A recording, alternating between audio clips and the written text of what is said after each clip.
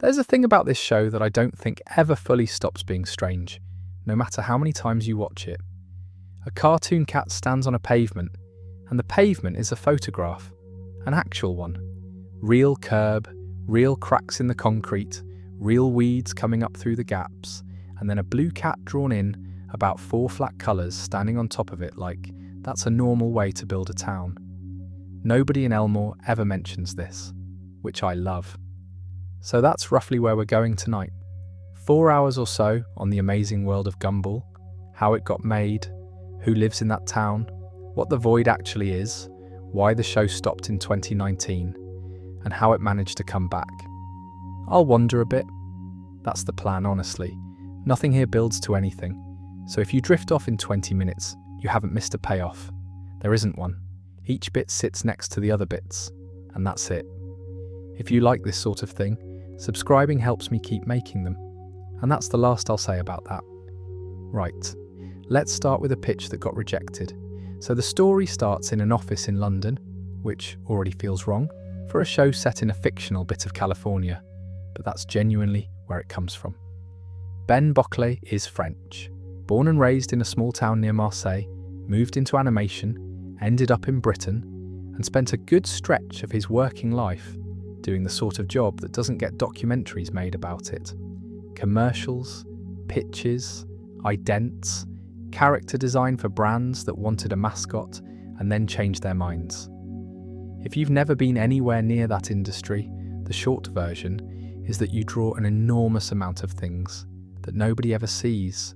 A client asks for a talking cereal box with a personality. You make 40 of them. They pick none of them. And then 18 months later, someone else asks for a talking yogurt and you start again. What that leaves you with, over years, is a folder. A big, embarrassing, sentimental folder full of characters who were made for a specific purpose and then never got used for it. Hold on to that folder. It becomes the whole show. Before Cartoon Network, Bocquelet was at Studio AKA in London, which is a very well-regarded animation house. The kind that does beautiful short-form work and gets awards for it. The creative director there was Philip Hunt, and Hunt is the one who nudged him toward the door. Cartoon Network had just set up a development studio in London, a European arm meant to find and grow shows outside the American pipeline, and Hunt suggested he go and get involved. Here's the part I find quietly funny. Bocquelet's job at that studio wasn't to make his own show. His job was to help other people make theirs. He was there to sit with creators who'd come in with an idea and help them shape the pitch, tidy up the presentation, work out what the show actually was, so that the executives could understand it. He was functionally a pitch coach. He spent his days improving other people's odds, and then somebody mentioned that staff were allowed to pitch too. I think about that a lot. Not because it's dramatic, but because it's such an ordinary way for something enormous to begin. Nobody discovered him. He didn't fight his way in. He was already in the building doing a supporting job. Somebody said, "You know, you can also do this," and he thought, all right then. So he goes home, or wherever he went, and he opens the folder. The original pitch was called Gumball, and the premise was this: a school for rejected cartoon characters. All these designs that had been turned down, all these mascots and side characters and background creatures nobody wanted, sent to a kind of remedial school where they'd be taught to be normal enough to actually star in something. That was it. That was the show. I love that idea. I also completely understand why it didn't get made. The man who had to make that call was Daniel Leonard, who was vice president at Cartoon Network's European division at the time, and later greenlit the thing that eventually came out of all this. Leonard's reaction was more or less that it was too depressing. Which, yeah, it is. It's a show about failure, aimed at children. The entire cast exists in a state of professional rejection and is being institutionally corrected for it. That's not a Tuesday afternoon cartoon, that's a French film with subtitles. What Leonard actually wanted was a family sitcom. Cartoon Network was interested in family shows and school shows, and had been for a while, so the note wasn't, "Your characters are bad," it was, "The frame around them is bleak, give me a different frame. So Bockley took the same folder of unwanted characters and rebuilt the container. Instead of a remedial school, a family. Instead of an institution, for rejects, a suburb. Same faces, cheerier world.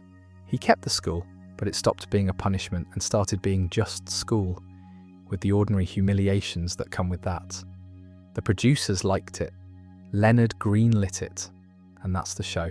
Now here's why I keep circling back to the original version. It didn't go away. That's the thing. You can look at the finished series and see the reject school sitting underneath the floorboards the entire time. A cast of characters who look like they were made for completely different projects, because they were. A town where nothing matches anything. And eventually, years later, a character who is explicitly a nobody with no purpose, who gets thrown into a place that erases things nobody needs. I'm not going to get into Rob yet, we've got a whole section for him further along.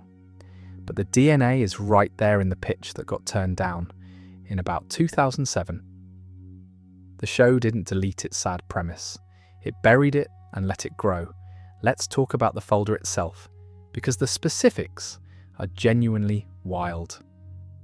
Penny, Gumball's girlfriend, the peanut with antlers, came out of a commercial pitch for Nickelodeon. And in that original version, she had a gun. I want to be clear that I'm not making that up, and I also can't fully explain it. Somewhere, there is a version of that character where the antlered peanut is armed, and it exists because a client wanted something and then didn't want it. That's the level of mismatch we're dealing with across the whole cast. These characters were never designed to share a screen. They weren't designed to share a genre. A T-Rex, a cheerleading peanut, a banana, a cloud, a ghost, a robot, a walking hand. These are not the cast of a show. These are the contents of a portfolio. Bockley's actual creative move, and I do think it's the key one, was to stop treating that mismatch as a problem to solve and start treating it as the aesthetic. He superimposed them on a photograph of a school and went, right, that's the world. There's a version of this story where he redesigns everyone to match, gives them all the same eyes, the same line weight, the same palette, makes it look like one coherent cartoon, and it becomes perfectly fine, and nobody remembers it. The reason anyone is still talking about this show 15 years on is precisely that he didn't do that. A few other bits of early development that I find charming. Gumball wasn't a cat first, he was a blue dog, and by all accounts not much thought went into that. It was basically a placeholder, a shape to put in the frame, while the real work happened elsewhere. When they started actually developing the character, the personality came first. Unlucky, but relentlessly optimistic about it. Someone who has bad things happen constantly and continues to make plans anyway. And once that was the brief, a cat made more sense than a dog. Specifically, a black cat, because in European superstition, that's the animal that means your luck's about to go. Unlucky, but going anyway. He ended up blue, obviously, but the thinking underneath is a black cat. I think that's a lovely bit of design logic. The character is a walking omen who refuses to behave like one. The other thing worth knowing, and it comes up again and again once you start looking for it, is how much of the show is just stuff that actually happened to people. Bockley has said outright that a lot of the storylines come from real incidents, things that happened to him, to his family, to the crew, and the method was to take a common thing and blow it out of proportion across 3 acts. Someone loses a receipt, someone gets a job they can't do, someone says something stupid in front of a person they fancy, and then it escalates until the town's on fire. That's the engine, and it's why the emotional stuff lands, even when the visuals have gone completely off the rails. The premise of an episode is usually something that has genuinely happened to a person. The execution is a peanut with antlers being chased by a cloud. Fun detail on the earliest material, the characters turn up in something called Early Reel, dated 2008, which is the first appearance on record for a lot of them. That's 3 years before the show hit air. 3 years of a French bloke in a London office with a folder of stuff nobody bought, slowly turning it into the first commission that studio ever made. Because that's the other thing, Gumball wasn't just an early show for Cartoon Network's European operation. It was the first one. The first commission out of Cartoon Network Development Studio Europe, which is the studio that later got renamed Hanna-Barbera Studios Europe. And I'll come back to that renaming much later, because it matters for how the show eventually returned. But at this point in the story, it's a new studio with no track record, greenlighting an unproven idea from a member of its own support staff, built out of characters that other clients had already said no to. There's no version of that sentence that sounds like a good bet. And yet the reason it worked, or one of the reasons, is that the mismatch travelled. Turner did a lot of testing on this show before committing, and the testing was expensive and slow. Dubbing finished episodes into French, Italian, Spanish and Polish to see how it played in different markets. That's not a cheap way to check your homework. But the results said the same thing everywhere, which was that the characters, the humour, and the sheer volume of visual slapstick carried across languages without much loss. A joke where a man is hit by a fridge is a joke in every territory, and that testing is part of what got the show a decent slot on Cartoon Network in the US, rather than being quietly buried. So, rejected characters, rejected pitch, new studio, no track record, and a show that ends up airing in over 160 countries. I don't want to turn that into a motivational speech, because I don't think Bockley was being brave. I think he had a folder and a spare afternoon. But there's something in it I genuinely like, which is that the show's origin and the show's actual subject matter are the same thing. It is a series about characters who don't belong anywhere, made out of characters who didn't belong anywhere, by a man whose job was helping other people get their shows made instead of his own. The remedial school version would have said that out loud. The version we got just lives it. Anyway, that's how it started. Let's talk about how it was physically built, because the answer involves a lot of photographs and a studio in Dublin that had to invent an entire department to keep up. Before we leave the origin story, a few more bits that fill in the picture. The studio itself is worth understanding because it explains a lot about the show's texture. Cartoon Network Development Studio Europe was, at that point, a new operation with something to prove. The American Cartoon Network studios had an established pipeline and an established house style. The kind of shows that came out of Burbank in that era had a family resemblance. In the drawing, in the palette, in the rhythm of the jokes. A European arm didn't have that. It had no legacy, no established look, and nobody's expectations to satisfy. Which is an enormous advantage if you're pitching something that doesn't look like anything. I don't think Gumball gets made in Burbank in 2007. Not because anyone there lacked taste, but because a studio with a working style tends to pull new things toward that style. And this show only functions if nobody sands the edges off it. A new office in London with no house style was the one environment where all the characters are from different projects, and that's the point. Reads as a feature rather than a problem to be fixed in development. The other thing about the timing is what Cartoon Network wanted in that window. The brief, as it's been described, was family shows and school shows. Those are two of the most well-worn premises in the medium, and there's a reason for it. They're both engines that generate stories forever without needing an ongoing plot. A family has conflicts because people live together. A school has conflicts because children are forced into proximity with people they didn't choose. Neither requires a villain, a mission, or a mythology. So Bockley's revised pitch wasn't a compromise in the sense of being watered down. It was a swap of container.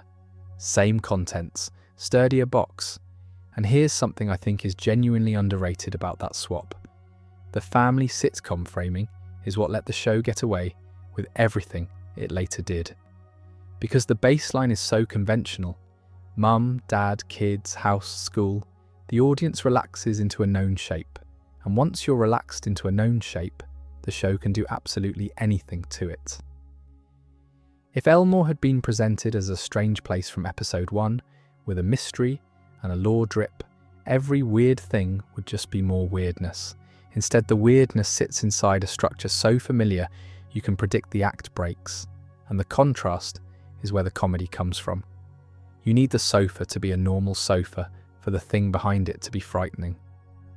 Now, some texture on Bockeley himself, because he's not a typical showrunner profile.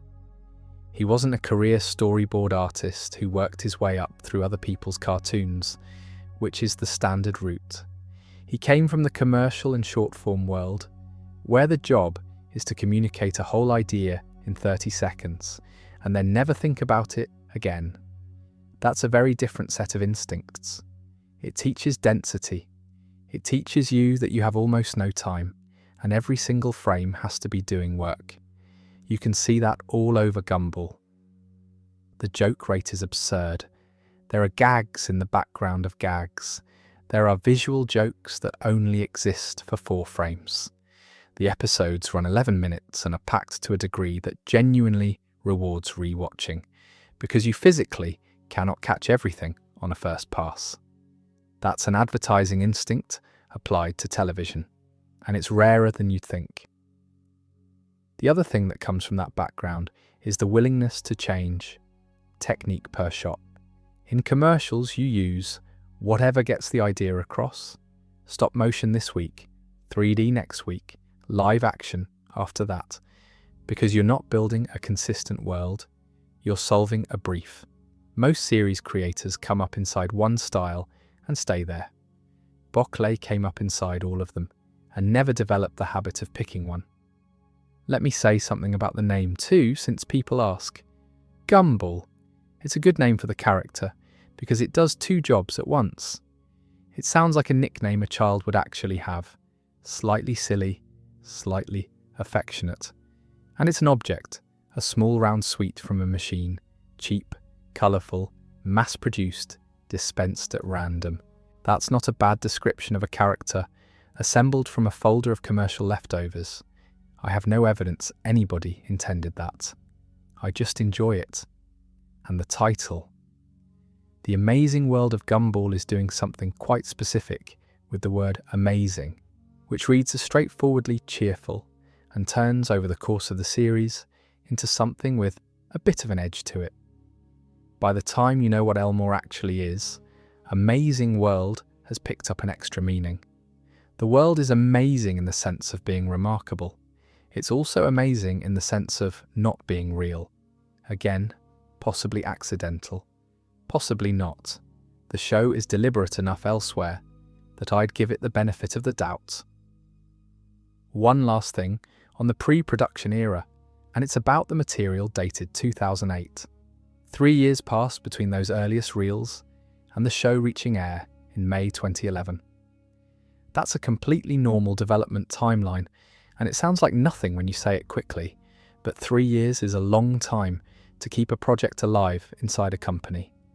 Things get cancelled in development constantly. Most pitches that get a positive first meeting never make it to a second one. Most that get to a pilot never get a series. So the fact that this specific idea, an odd one, from an unproven person, at a brand new studio, built out of rejected assets, survived 3 years of internal process before anyone outside saw a frame of it, is the least likely part of the whole story. Somebody kept saying yes, repeatedly, for 3 years, long before there was any evidence it would work. That's the part of these origin stories that gets skipped, and it's the part I find most interesting, because it's not talent and it's not luck. It's a series of small decisions made by people whose names mostly aren't recorded, each of whom could have quietly killed it and didn't. Right, that's how it got made. Let's look at how it was physically built. Actually, one more thing on the origin, because it's a question I get asked a lot, and it deserves a proper answer. Why did nobody else make this show? Because the ingredients weren't secret, mixed media wasn't new, live action backgrounds weren't new, absurdist school comedy wasn't new, characters from different visual traditions coexisting wasn't new either. That's been happening in animation since the earliest days of the medium. The reason nobody made Gumball is that all of those things individually are cheap and together they're expensive. Mixing techniques is not a creative shortcut, it's a cost multiplier. Every additional method in your show is another pipeline, another set of specialists, another category of problem at the compositing stage. So the normal, sensible, professional decision is to pick one look and commit. That's how you deliver 26 episodes a year without the wheels coming off. What happened here is that somebody with an advertising background, where you change technique per job as a matter of routine, walked into a new studio with no house style and no precedent and made the expensive choice, and a network with a genuine interest in launching something distinctive from a new territory said yes. Any one of those conditions missing and you don't get this show, it's a genuinely narrow window. And the window closed fairly quickly, in the sense that nobody has really attempted this since. There have been shows that mix a bit, shows with photographic elements, shows that break style for a gag. Nothing that treats total stylistic disunity as the baseline for that long. I don't think that's because nobody wants to. I think it's because everybody who's looked at the numbers has come back with the same answer. Right. The build. Pause an episode, any season. Ignore the characters and just look at what's behind them. There's a road with proper tarmac texture on it, the slightly grey, slightly patchy kind. There are houses with real siding and real guttering and real satellite dishes. There's a sky with actual clouds in it, photographed clouds, with the soft, blown-out edges you only get from a camera. There are power lines, there are parked cars, there's a bin, and then there's a pink rabbit the size of a wardrobe standing in front of it. That's Elmore. It's a real place photographed and then heavily worked over, with cartoons composited on top. And the show never once acknowledges the join. I've always found the effect weirdly calming, which might be part of why this show works so well as something to fall asleep to. The backgrounds have the visual weight of a real place. Your eye relaxes into them the way it relaxes into a photo. So how was it actually made? The core of it lived in London. Storyboarding and pre-production happened at the Cartoon Network studio there, under series director Mick Graves, who is a name that comes up constantly around this show and doesn't get enough credit outside of animation circles. Graves directed the series and later ended up as an executive producer on it, and he also voiced Banana Joe, which I did not expect the first time I found that out. Bocquelet has described the process fairly plainly. You start with an outline, then you punch up the storyboards, meaning the boards aren't just blocking, they're where a lot of the jokes actually get written, which is standard for this kind of comedy, but worth saying. Then animatics, so you can feel the timing. Then you put the CG and the 2D together, and then you animate. The reason that last bit sounds so simple, and was in fact enormously difficult, is that the CG and the 2D doesn't cover half of what's in a given frame. For the first season, the animation went out to Boulder Media in Dublin, alongside Dandelion Studios. From the second season onward, Studio Soy in Germany carried it. Soy were actually involved from the absolute beginning. They were part of the production from the first test clip. And in season 1, their job was setting up the technical pipeline and doing the CG elements.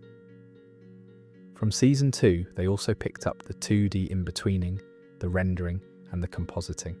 So Soy went from being the technical specialists to being the backbone of the thing. Boulder's side of it is a story I really like. They were approached without a tender process, which almost never happens. Normally you'd have to do an animation test, submit a budget breakdown, a schedule, and then hope. But Cartoon Network already knew Boulder from their work on Foster's Home for Imaginary Friends and others, so it was just offered to them. Straightforward proposition. They took it immediately, and then they had to work out what they'd agreed to. The art direction was already locked by the time they got involved. Bocquelet knew exactly how he wanted it to look, and what he wanted was 2D animation, 3D animation, live action backgrounds, and Photoshop backgrounds, all in the same shot. Boulder had never done any 3D work at all up to that point, so they had to build a small CG department from scratch mid-project to service a show they'd just said yes to. There's a quote from their side that stuck with me, which is that the first thought when they won it was essentially, "Don't mess this up." Tool-wise, it's less exotic than you'd think. Maya for the CG, a vast amount of Photoshop for the backgrounds, Flash and After Effects for the 2D. None of that is unusual software. What was unusual was making all of it sit in one frame and not look like a mistake. The live-action plates were shot in real locations, around London for a lot of it, and the aesthetic target was Californian suburbia, with San Francisco and the areas around it as the reference.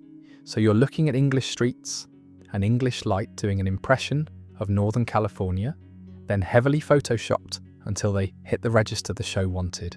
Slightly too saturated, slightly too clean. Real, but wrong in a way you can't put your finger on. Then the compositing. And this is the genuinely hard part, the part I think most people watching have no reason to notice, which is the correct outcome, but does mean nobody ever gets thanked for it. If you drop a flat 2D character onto a photograph, it looks like a sticker. It looks like a bad meme. The character reads as sitting on top of the image rather than inside it. To fix that, you need the character to receive light from the environment to pick up the ambient colour of the scene, to be a bit warmer when they're standing in sun and a bit cooler in shade. And you need them to cast shadows that behave like the real shadows already in the photograph, falling in the right direction, at the right softness, onto surfaces that aren't flat. That's complex lighting work on every single shot, on a weekly television schedule, for 11-minute episodes. Then there's the frame rate problem, which is the detail I find most satisfying. The 3D assets and the 2D characters don't naturally move on the same beat. Full 3D animation tends to be smooth. 2D television animation typically holds frames. It moves on 2s or 3s, so there's a slight strobe to it that your eye reads as cartoon. Put smooth 3D next to step 2D in the same shot, and the 3D looks like it's floating, like it belongs to a different film. So the 3D elements often get animated at rates chosen to match the 2D, deliberately made less smooth, so that everything in Elmore has the same visual noise, even though it was made by completely different processes. That's a choice somebody had to make and then defend, and it's the reason the town holds together. Because it should not hold together. Look at what's actually in it. Vector-drawn characters, fully 3D characters, photographic backgrounds, painted backgrounds, puppets, claymation-styled figures, stop-motion, pixel art, live-action inserts. The show has genuine felt puppets in it at one point, made in collaboration with the people behind Don't Hug Me, I'm Scared, for an episode built as a tribute to it. It has a sequence of pixel art animated by guest animators. It has a music number handled by an entirely separate collective. The technical term people use for this is stylistic disunity, and the show is one of the most committed examples of it in television. Characters designed, filmed, and animated using different styles and techniques, frequently within the same scene. The reason it doesn't read as chaos is that every one of those elements gets dragged through the same compositing pass. Same light, same shadow logic, same grain, same slight photographic softness on the edges. You can build a scene out of a vector cat, a CG robot, a felt puppet, and a photograph of a school corridor. And if all four of them agree on where the sun is, your brain accepts it. I think that's the single cleverest thing about the show, and almost nobody talks about it, because the whole point of good compositing is that you don't notice it happened. Now an aside, because this is where I usually end up when I think about this stuff, there's a version of the internet conversation about Gumball that treats it as a silly show. Loud, fast, joke-dense, a bit unhinged, and it is all of those things. But the amount of unglamorous technical labour underneath it is genuinely enormous, and it's the sort of labour that gets classified as post and therefore ignored. Compositors, lighting artists, the people doing render passes at 2 in the morning so that a cartoon peanut shadow falls correctly across a photographed curb. That work is why it's still watchable now. Shows that leaned entirely on one clean digital style from the same era can look quite dated already. This one doesn't, because half of what you're looking at is a photograph, and photographs age differently. One more production detail before we move on, and it's a nice one.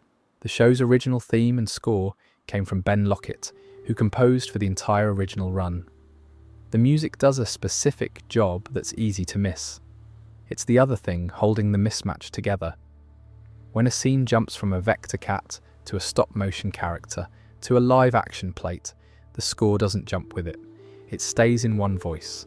So there's a continuous thread of sound running underneath a completely discontinuous image. And that's doing quiet structural work all the way through. Right, that's the machinery. Let's go and meet the people who live inside it, starting with the house at the centre of everything, and the 5 very poorly matched individuals inside it. Right, a few more things about the build because I've barely touched the format itself. 11 minutes? That's the episode length for essentially the entire original run, 2 segments to a half-hour slot, which is a standard arrangement for that era of Cartoon Network, and it shapes the writing more than anything else does. 11 minutes means you cannot have a slow first act. There's no room to establish anything. You get a premise, an escalation, a bigger escalation, a peak, and an ending, and you have to be through the front door of the story within about 40 seconds, which is why the show's episodes so often open mid-situation. The family's already arguing, the plan is already underway, somebody has already made the mistake.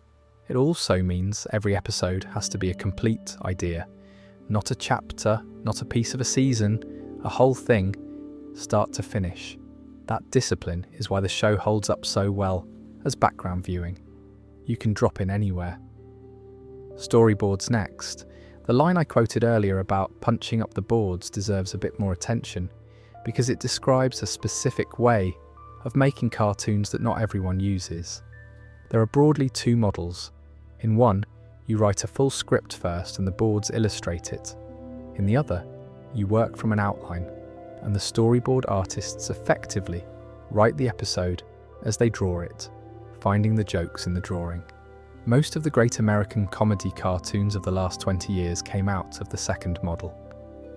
Gumball sits somewhere in between, with an outline coming first and a punch-up phase on the boards, where the material gets sharpened. And you can feel that in the finish thing, because so many of the jokes are visual jokes that only work at a specific timing. They're not jokes that would survive being written in a script. They're jokes that were found by a person with a pencil, going, what if his face did this for exactly 6 frames? That's also why the show's background gags are so dense.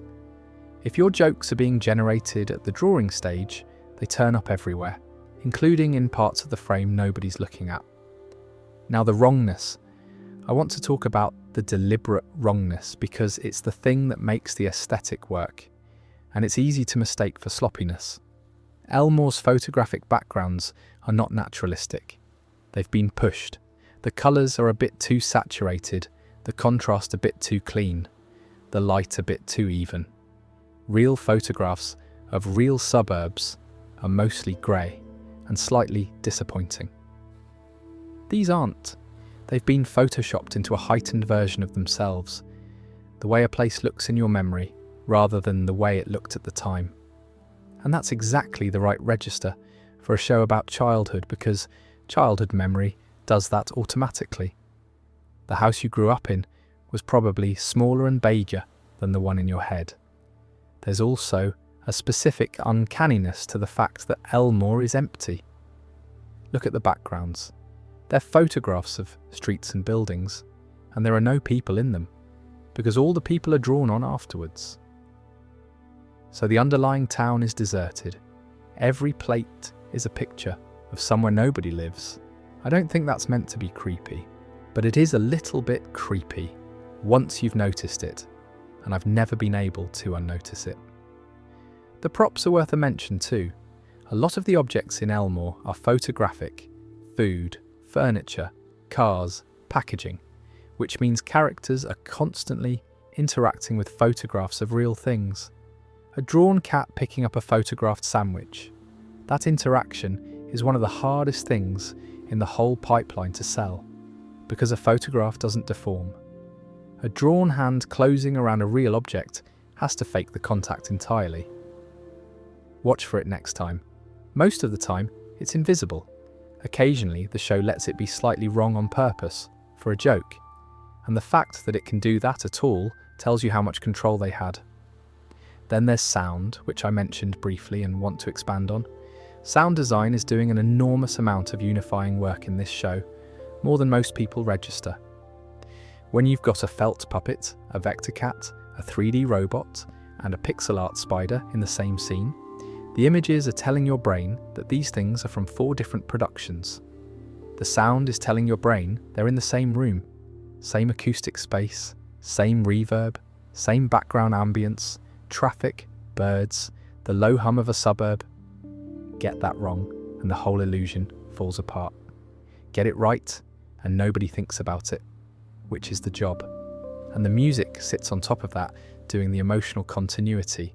Whatever the image is doing, the score stays in one voice. A note about how much of this had to be invented rather than adapted. There wasn't an off-the-shelf pipeline for this. Nobody had a template for composite 4 incompatible animation techniques onto photographic plates on a weekly television schedule with a television budget. The technical work was genuinely experimental, and it was experimental at speed with episodes due. That's why the collaboration between the London office and the German studio mattered so much. Somebody had to sit down and work out from scratch how the shadows behave, how the light passes work, how many render layers you need, what the tolerance is before it stops looking like one world. That knowledge didn't exist. They built it and then had to keep building it as the show got more ambitious. And it did keep getting more ambitious. The technical range in later seasons is considerably wider than season 1, which is the opposite of what usually happens. Most shows simplify over time to hit deadlines. This one kept adding techniques. I find that genuinely impressive, and I think it's the main reason the show has the reputation it does among people who work in animation, as opposed to people who just watch it. Ask an animator about Gumball and you tend to get a slightly haunted look. Last thought before we move on. There's a nice irony in the fact that a show about characters who don't belong together was made by a production process that had to invent, from nothing, a way of making things belong together.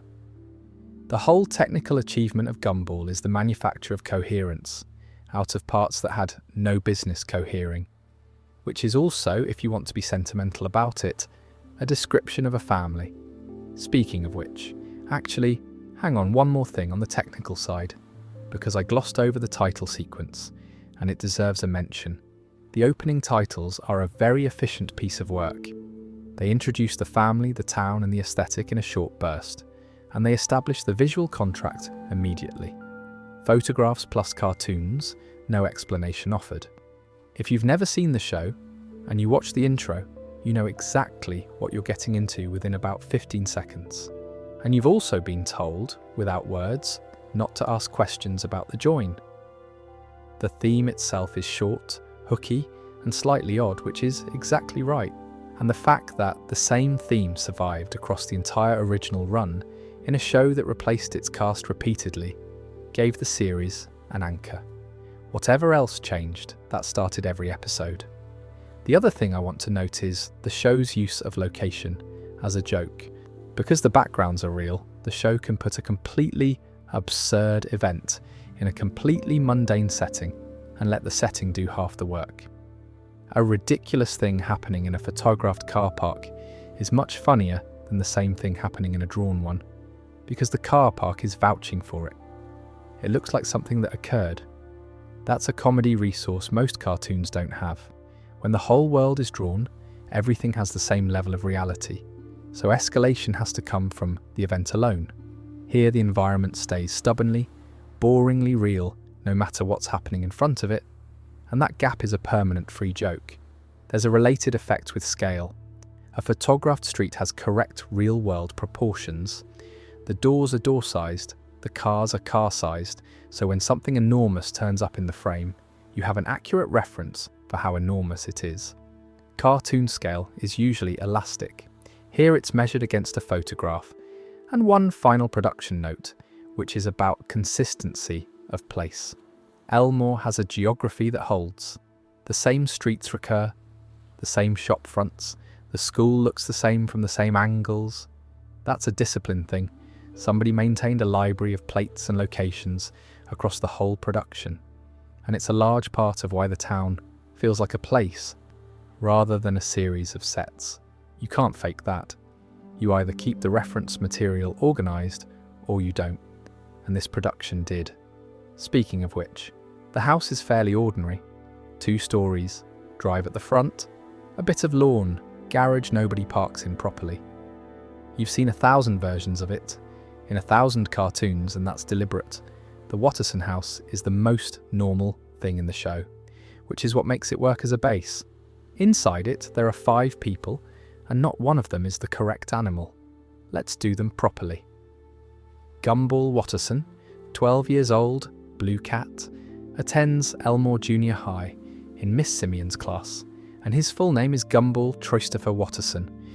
Though he wasn't born Gumball, he was born Zach Christopher Watterson, which is a detail the show holds back for years and then uses to genuinely unsettling effect. And I'm not going into that now, because it belongs in a different conversation about how this show handles identity. Gumball is the protagonist and, by design, not the smartest person in any room he's in. What he has instead is enormous confidence and an unusual capacity for scheme construction. He's bad at school and very good at plotting. He's cynical about the world in a general sense, and then immediately optimistic about the specific thing in front of him, which is a very real combination of traits, and one you don't often see written well for a kid. He's also, fairly consistently, the person who causes the problem. That's worth saying because the show is quite honest about it. He's not a hero who gets swept into events. He's usually the reason there are events. Darwin Watterson, 10 years old, is the goldfish. We'll do him properly in a bit because he deserves his own stretch. Anais Watterson, pink rabbit, 4 years old, and a grade above her brothers at school. 4. She's the youngest person in the house, and she's academically ahead of a 12-year-old and a 10-year-old. And the household treats this as mildly inconvenient rather than remarkable. Her middle name is not a typo, not a nickname, her actual legal middle name.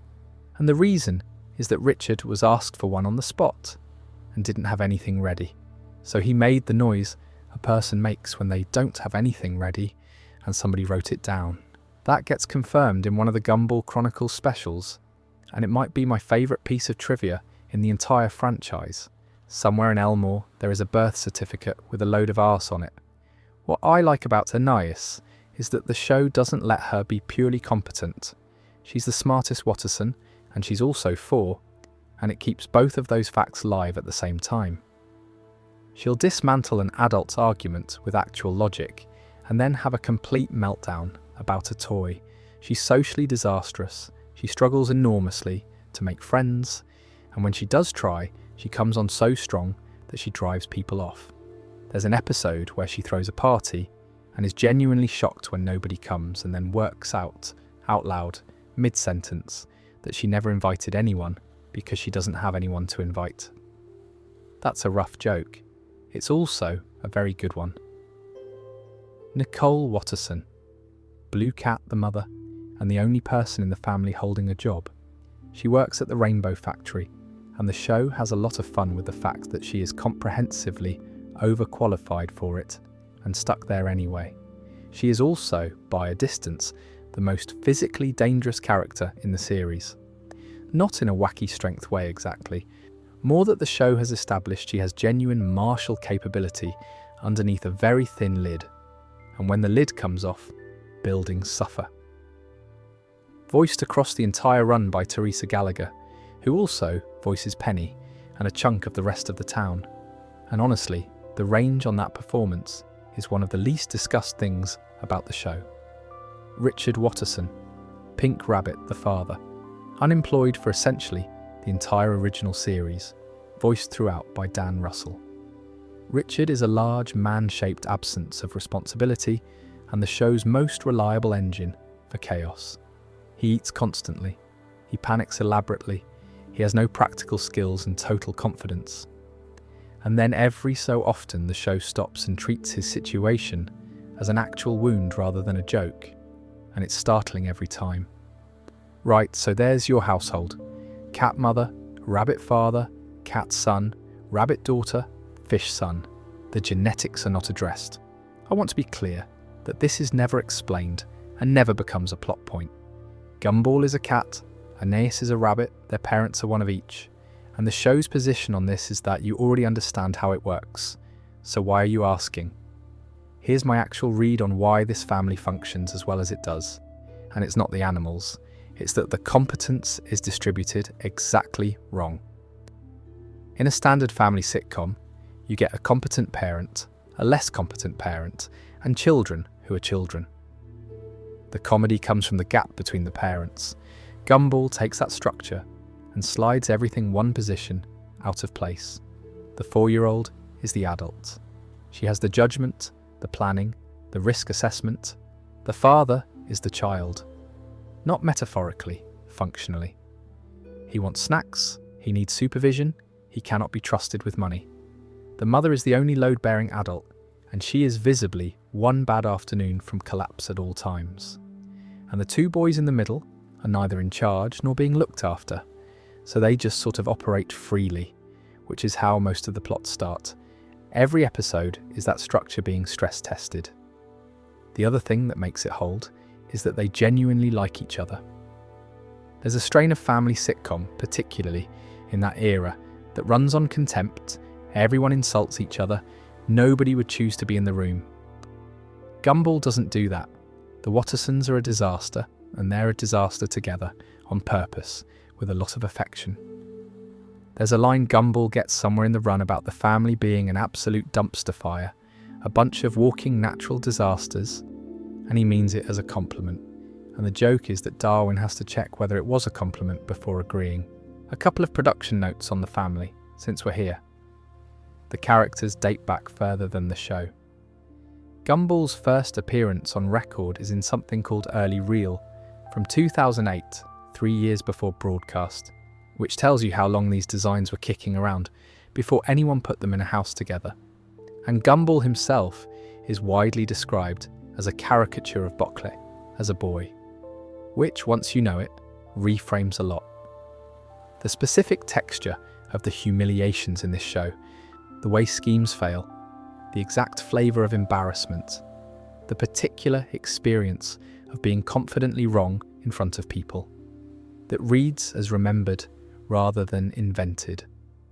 Bockley has said the storylines often come from things that actually happened, blown out across 3 acts, and the family is where most of that lands.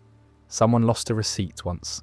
Someone genuinely did have a fight with a sibling over a bunk bed. And then a cartoon crew spent 9 months turning it into something involving property damage. Fun detail while we're on the house. Gumball, Darwin and Aeneas share a bedroom for essentially the whole series, which is a very sensible sitcom decision because it forces the 3 of them into the same frame, constantly.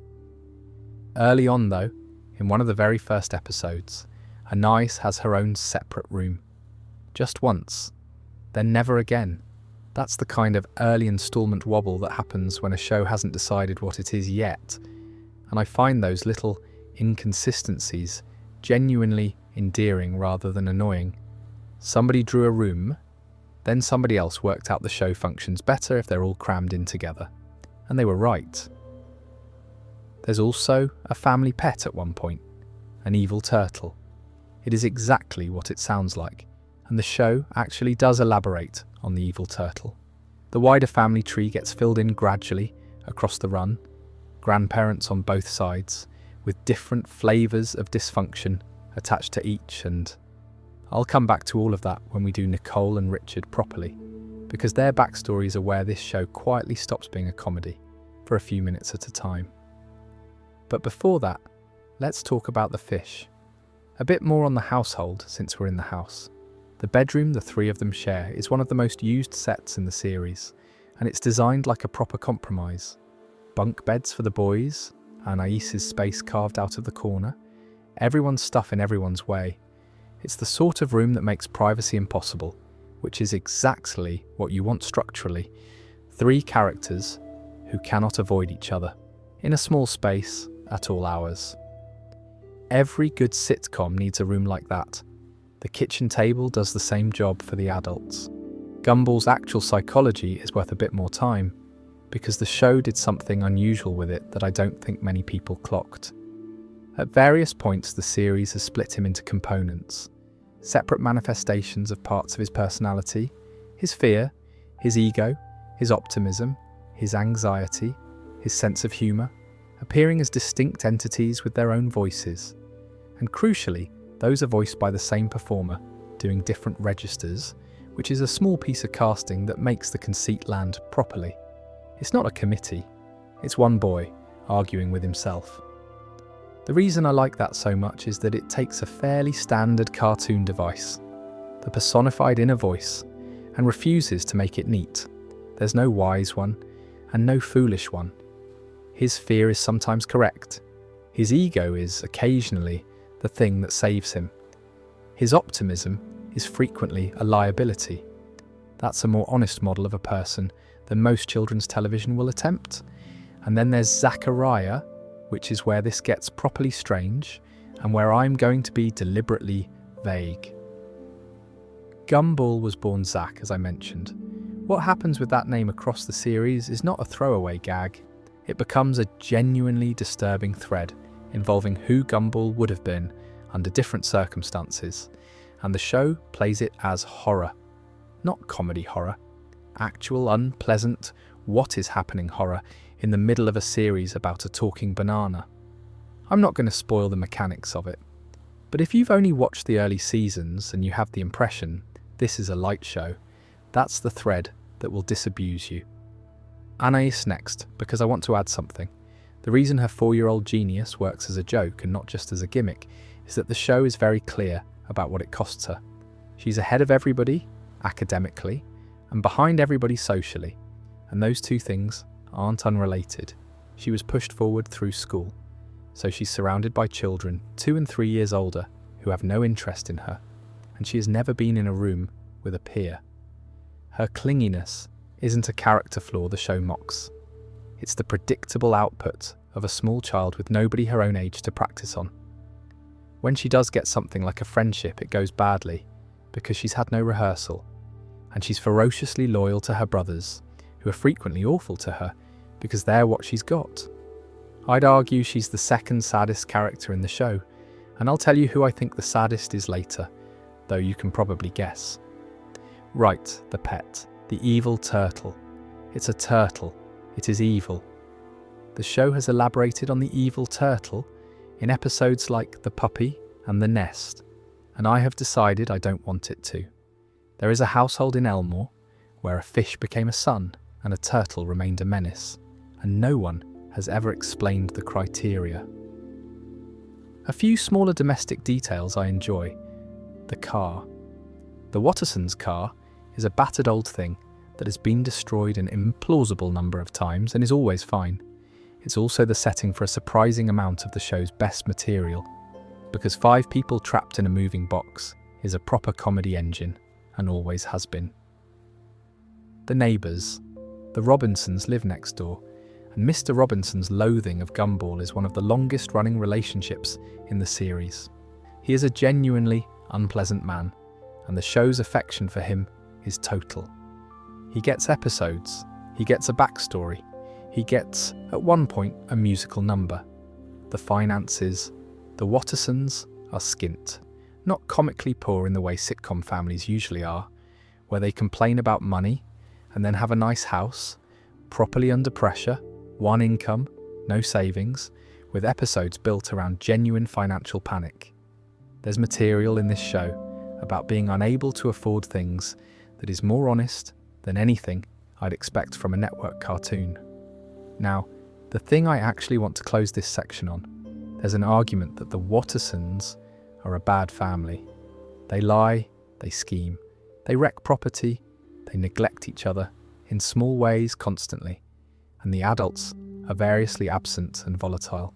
Somebody could make a fairly damning list, and I think the show would agree with the list and reject the conclusion. Because the thing it keeps insisting on, over and over, across the whole run, is that being a functional family and being a good one are not the same measurement. These 5 are not functional. They are, however, absolutely certain of each other. When one of them is genuinely in trouble, the rest arrive. Not sensibly, not helpfully, usually making it worse, but they arrive every time without needing to be asked. Gumball's speech about being a dumpster fire lands because it isn't a joke about how bad they are. It's a claim that they're the best in the world at being that bad together, and that this counts for something. I think it does count for something. That's probably the whole show, actually. Right, one more pass on the household, and then the fish, I promise. I want to say something about the house as a physical space, because the show uses it very precisely. The kitchen is where the family negotiates, the lounge is where they collapse. The bedroom is where the schemes start. The garage is where things go wrong. The car is where they're trapped together. And the front door is where the outside world arrives, usually badly. That's a small set of rooms doing an enormous amount of narrative work over the whole run. And it's rigidly consistent. You could pull a random episode and predict which room a given beat happens in. The Watterson Street is the other half of it. Suburban, quiet, the same handful of houses, the Robinsons next door, the same view from the front step. A place that's been photographed once and then lived in for a decade. And here's the thing I find genuinely comforting about it, which is relevant given what this video is for. The house never changes. In a show where the town gets destroyed regularly and reality itself is unstable, that house is the same house every single time. Same layout, same furniture, same slightly ugly sofa. It's the fixed point. I don't think that's an accident. Every chaotic show needs one thing that doesn't move, or the chaos stops registering. You need a wall to measure the explosion against. For Gumball, the wall is a 2-story house on a photographed street with 5 badly matched people inside it. Right, now the fish. The strangest thing about Darwin Watterson is not that he's a goldfish who grew legs. It's that nobody involved considers this worth discussing. He was the family pet, a regular goldfish in a regular bowl on a regular shelf. Then he grew legs, climbed out, and joined the family, and the family's response was to give him a surname and a place at the table. He's Gumball's adoptive brother. He goes to school, he has a bedroom, he has a girlfriend, he has opinions about the household budget. The show treats his origin as a slightly funny anecdote, the sort of thing that comes up at Christmas. Remember when the fish grew legs? Yeah, mad that. Pass the potatoes. I genuinely think that's the purest expression of how Elmore works. It's not that impossible things happen. It's that nobody's impressed by them. Right, the actual character. Darwin is 10. He's Gumball's best friend, as well as his brother, and functionally, he's the conscience of the pair. When Gumball proposes something insane, Darwin is the one who says, "That sounds like it might hurt somebody." He's sincere in a way that's quite rare for a comedy sidekick. No irony, no defensive sarcasm, just a fish who is really pleased to be included in things. And that's the surface. Underneath it, he is, and I mean this affectionately, a bit alarming. This is where I'll gently break with the standard fandom position, because the received wisdom on Darwin is that he's the pure one, the sweet, innocent heart of the show. And I don't think that's right. I think he's the most unsettling Watterson by a comfortable margin, and I think the show knows it. Consider what's actually established about him. He's a creature who spent the early part of his life in a bowl, watching this family through curved glass, unable to communicate with them. and who then developed a body specifically so he could join them. That's not a cute origin. That's a want so intense it rewrote his anatomy. And that want never goes anywhere. He remains desperate to belong, to be useful, to be kept. There's a real thread of anxiety underneath the optimism about whether he's still wanted. Then add the moments where he simply stops being gentle. The show does this every so often, and it's always effective. Darwin, without much warning, doing something ruthless or physically capable or plain unnerving, delivered in exactly the same friendly voice. He's an incredibly sweet character who has no flaw.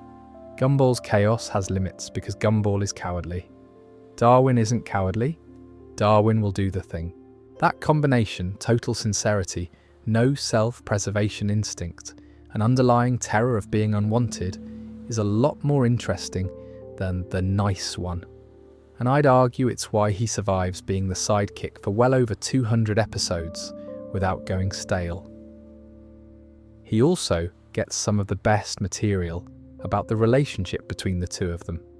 Their friendship is the actual centre of the show, more than the family unit is.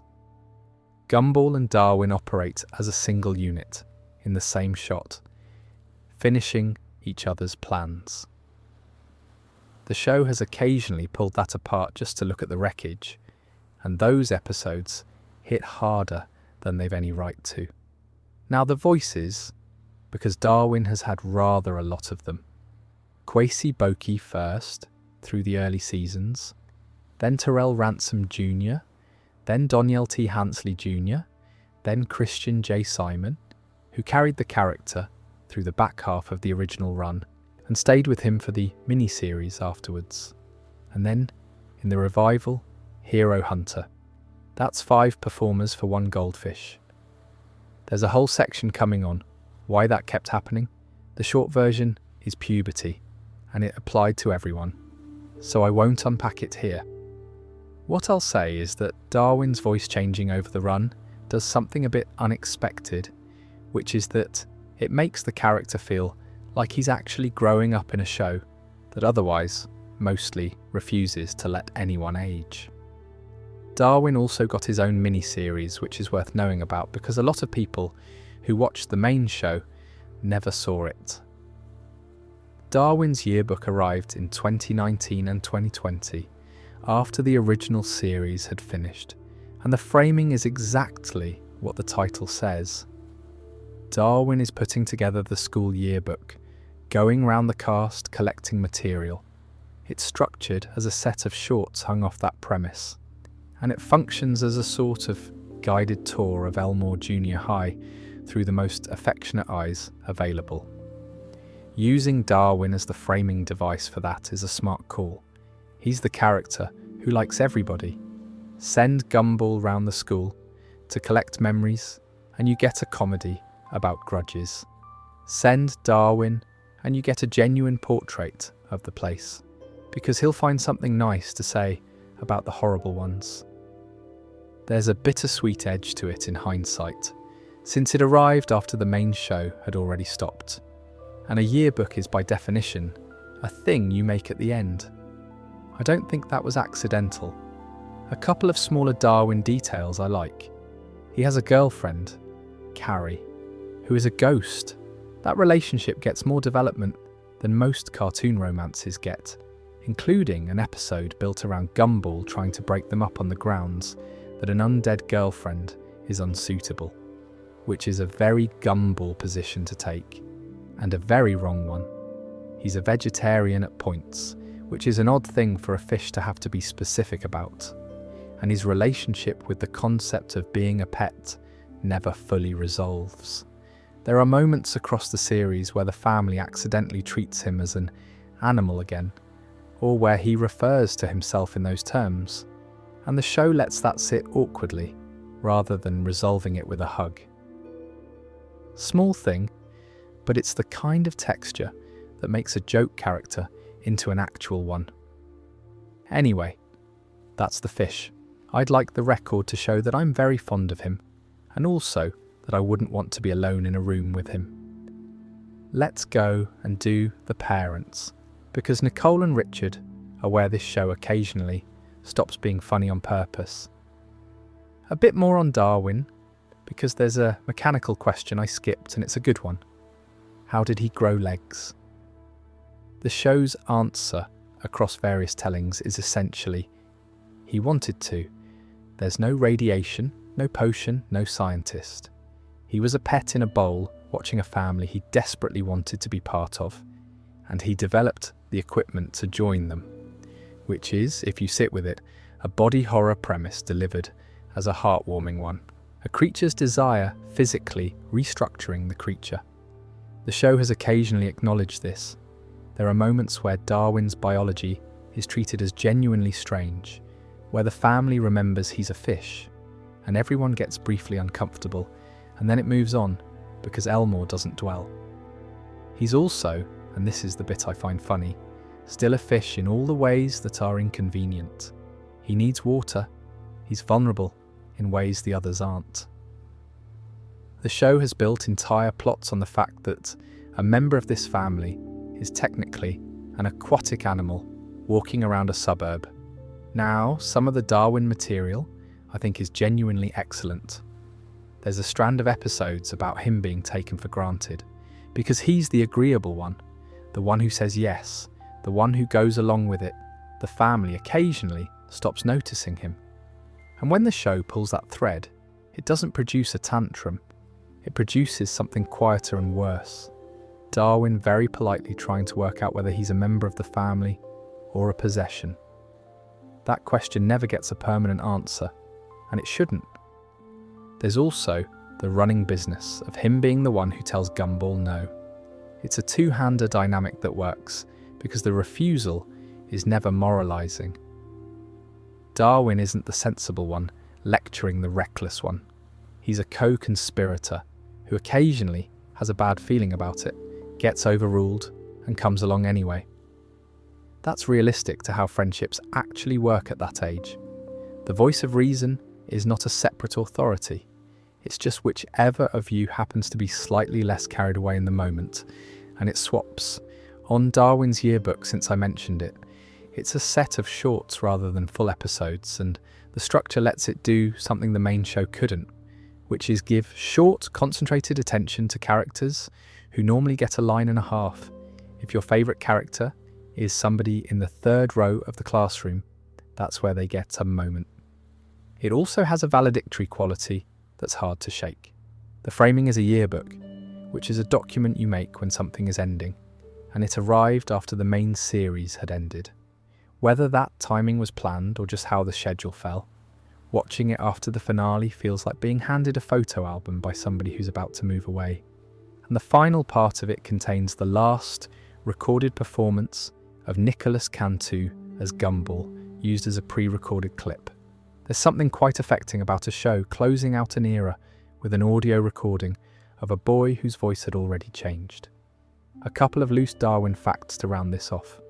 His relationship with Carrie gets a decent amount of runway, and one of the better things about it is that the show lets him be the more emotionally competent partner. Carrie's the one with the defences. Darwin just says what he feels immediately, at full volume, and it works. He has a bicycle at one point. He has, at various points, a job, a rival, a crisis of faith about his own species, and a legally ambiguous relationship with the concept of ownership. And the one that stays with me. He is, throughout the series, the character most likely to be the last one still trying.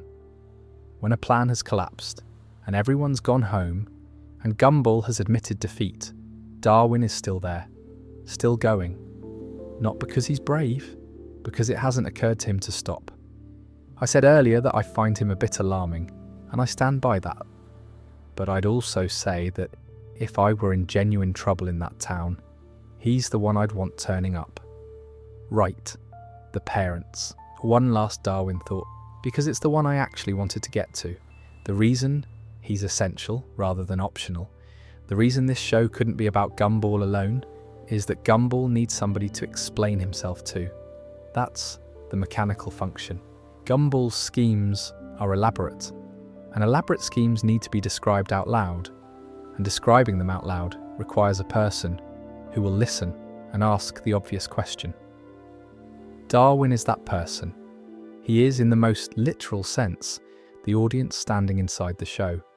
But he's not a passive one, and that's the difference between a good sidekick and a bad one. He doesn't only ask questions. He agrees, he improves the plan. He occasionally has a worse idea than the original, and he is fully liable for the outcome. So when it goes wrong, it went wrong for both of them, and there's nobody to blame. That's the actual engine of their friendship, and it's why so much of it never gets tiring. They're not a hero and a helper. They're two people who are equally responsible for everything that has ever happened to them, and who have never once considered doing it separately. That's the good version of a childhood friendship. That's the one you remember.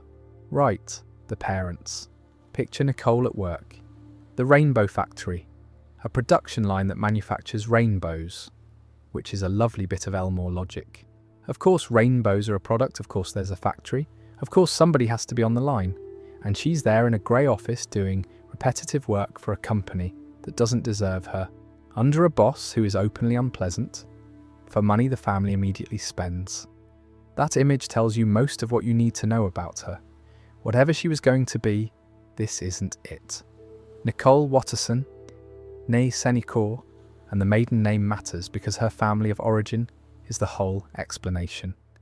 Her parents are Daniel and Mary Senecourt, and the childhood they gave her was, in the show's telling, an unrelenting programme of excellence. Not warmth, performance, everything measured, everything graded, affection contingent on results.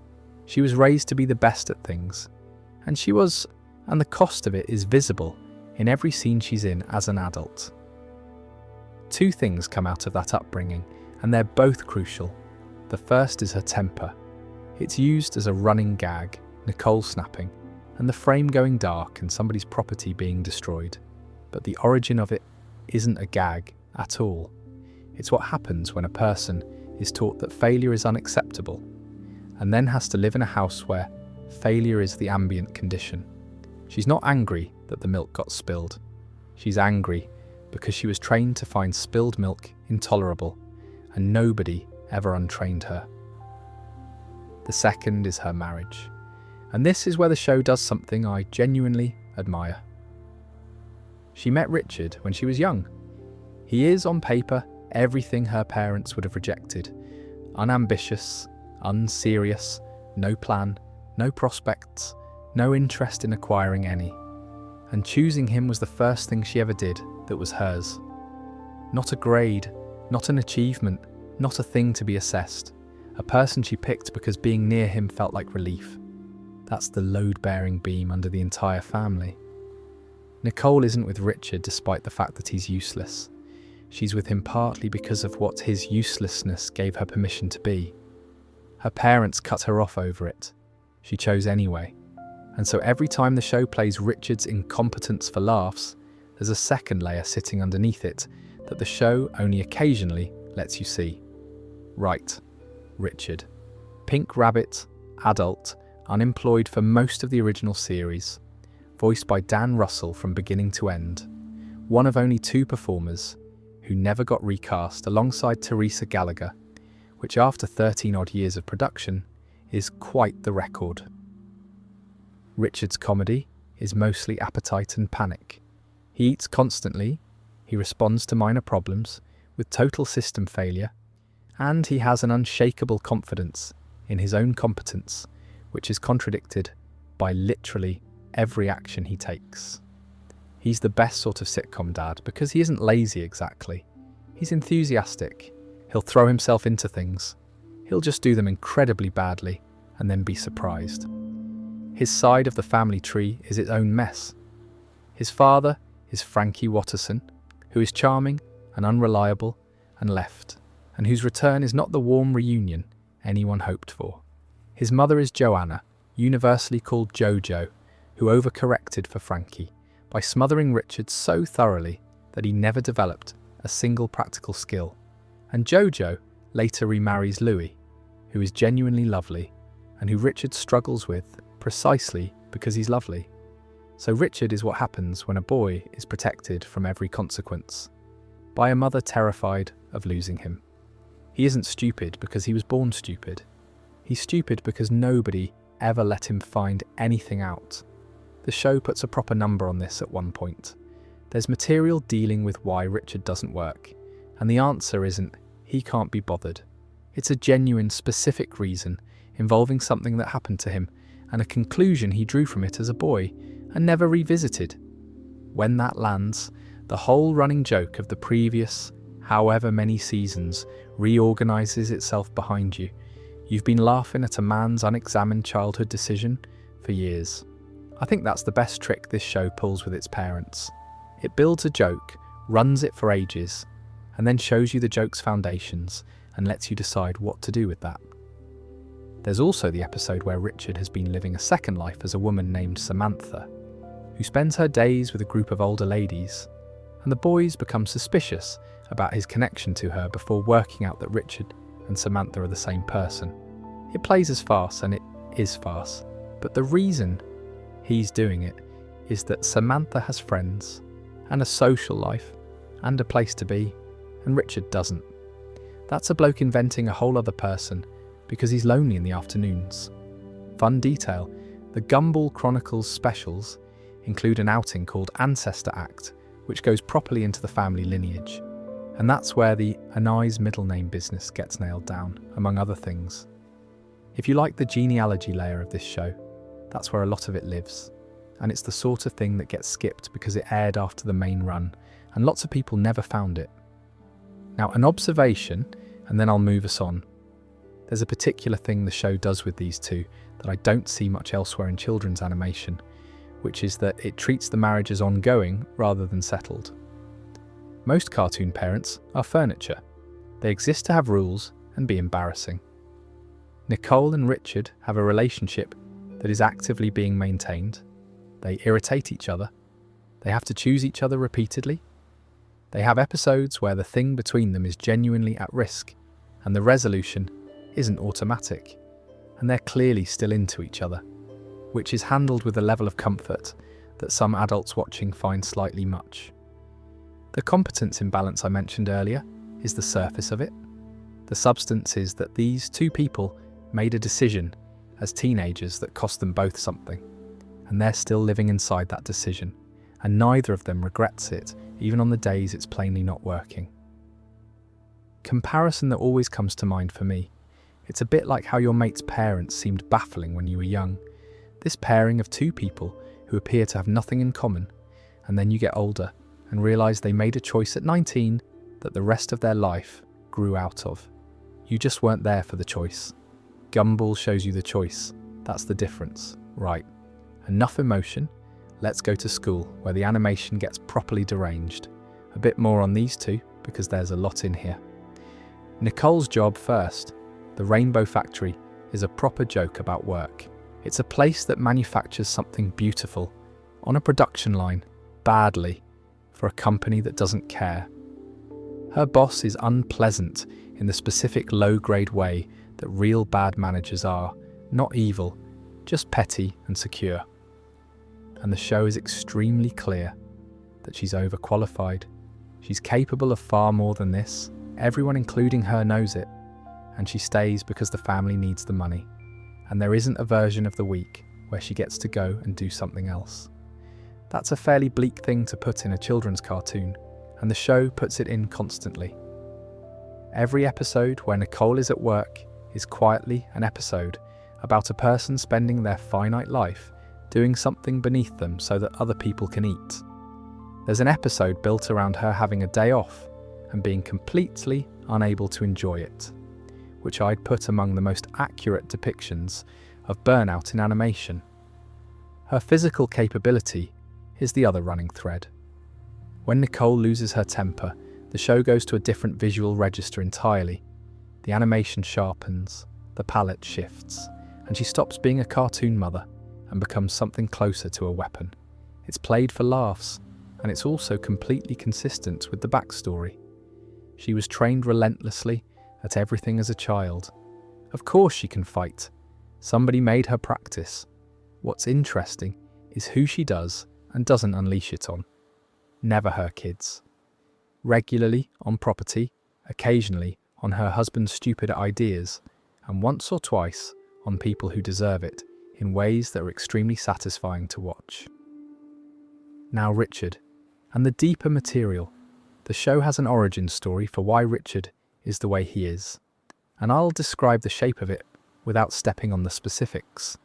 It involves something he was told as a boy, a piece of praise or something that read as praise, which he interpreted as a description of his purpose, and then built his entire adult life around.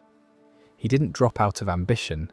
He concluded sincerely and young that he had already found his role, and he has been performing it faithfully ever since. That's the thing that recontextualizes the joke. He isn't lazy, he's committed. His mother Jojo is worth more attention too. She's loud, she's overbearing, she's difficult company, and she is that way because her husband left. And she raised a boy alone, in a state of anxiety about losing him as well. Her smothering isn't a character quirk. It's grief management with a child attached.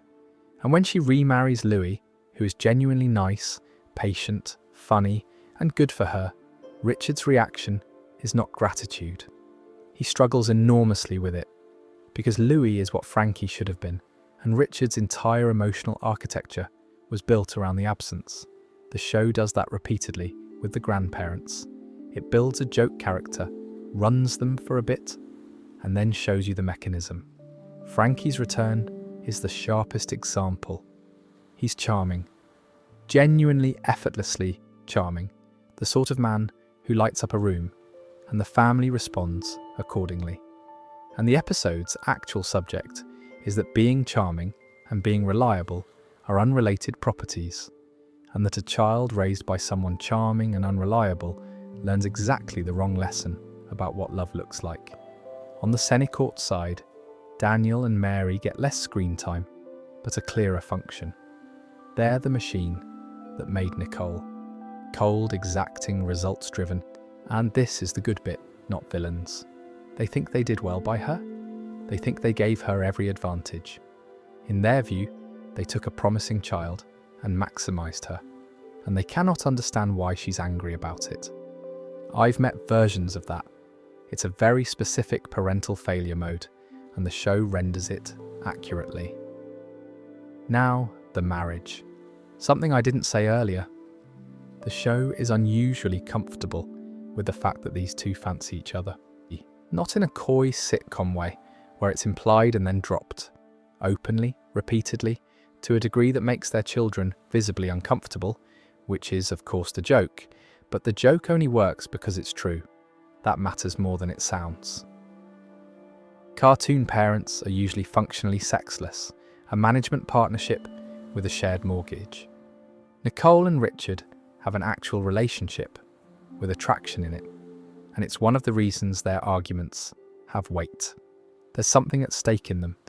They also get episodes where the relationship is genuinely at risk and the resolutions aren't automatic. Somebody has to do something. Somebody has to apologise properly or notice something they'd stopped noticing. The comparison I keep landing on is the way you eventually understand your own parents. When you're small, they're just conditions of the environment, like weather. Then at some point, you get old enough to work out that they were people before you existed, that they made choices, that some of those choices were difficult, and some were mistakes, and they're still living inside all of them. Gumball gives its audience that understanding about 20 years early in 11-minute chunks, in between jokes about a man being hit with a fridge. One last note and then we'll go. Richard is the character most people would name as the show's most ridiculous. He's a huge pink rabbit whose main activity is eating. And he is also, I'd argue, the most thoroughly excused character in the series. The show goes further to explain him than it does anyone else, and everything it finds is sympathetic. I don't think that's softness. I think it's a position the show holds fairly consistently, which is that people who seem useless are almost always the product of something, and that you'd generally find it if you looked. Rob is the same argument in a different costume. But we'll get there. School first. One last thought on Nicole and Richard, because there's an angle I want to name. The show is quietly a story about class, not in a heavy-handed way, but look at the facts of the household. One income, no savings, a job below her capabilities, a partner who can't contribute financially, 3 children, an old car, a house that always needs something doing to it, and a permanent low-level anxiety about money that surfaces in episode after episode. That's not a sitcom family with a comic complaint about the bills. That's a genuine economic situation, rendered consistently in a children's cartoon, and the show connects it properly to the emotional material. Nicole's temper is not separable from her exhaustion. Richard's inability to help is not separable from his shame about it. The children's schemes are frequently about money or about wanting something the family can't afford, and the resolutions rarely involve the money appearing. Compare that to how most family cartoons handle it. Usually, the finances are a joke that resets. Dad complains. Something breaks. Everyone's fine. Here it accumulates, and it shapes people. I'd argue that's the least discussed serious thing about this show, and the one that lands hardest for anyone who grew up in a house where the answer to most requests was, "Not this month." Anyway, school. Here's a nice way to think about Miss Simeon's classroom. It's not a classroom, it's a museum of animation techniques, and the exhibits are all being made to sit exams. Look down the rows. You've got flat vector cartoons, you've got fully modelled 3D characters, you've got a puppet, you've got something that looks like clay, you've got a ghost done as a soft, transparent shape, you've got a walking hand, you've got a banana, and they're all doing the same maths test. Nobody comments on this either. Elmore's consistency is that it's never surprised by itself. Let's take the staff first. Miss Simeon is the teacher, and she's a fossil. Not figuratively, she is genuinely ancient, has been teaching for an implausible span of time, and has a fully documented history of loathing the children in her care.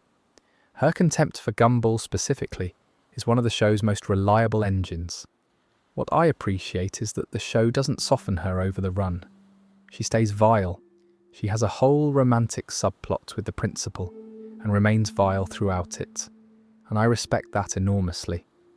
Principal Nigel Brown is the man in question, round orange, permanently sweating, entirely unsuited to authority, and desperately in love with Miss Simeon in a way that everyone in the building can see and nobody wants to discuss.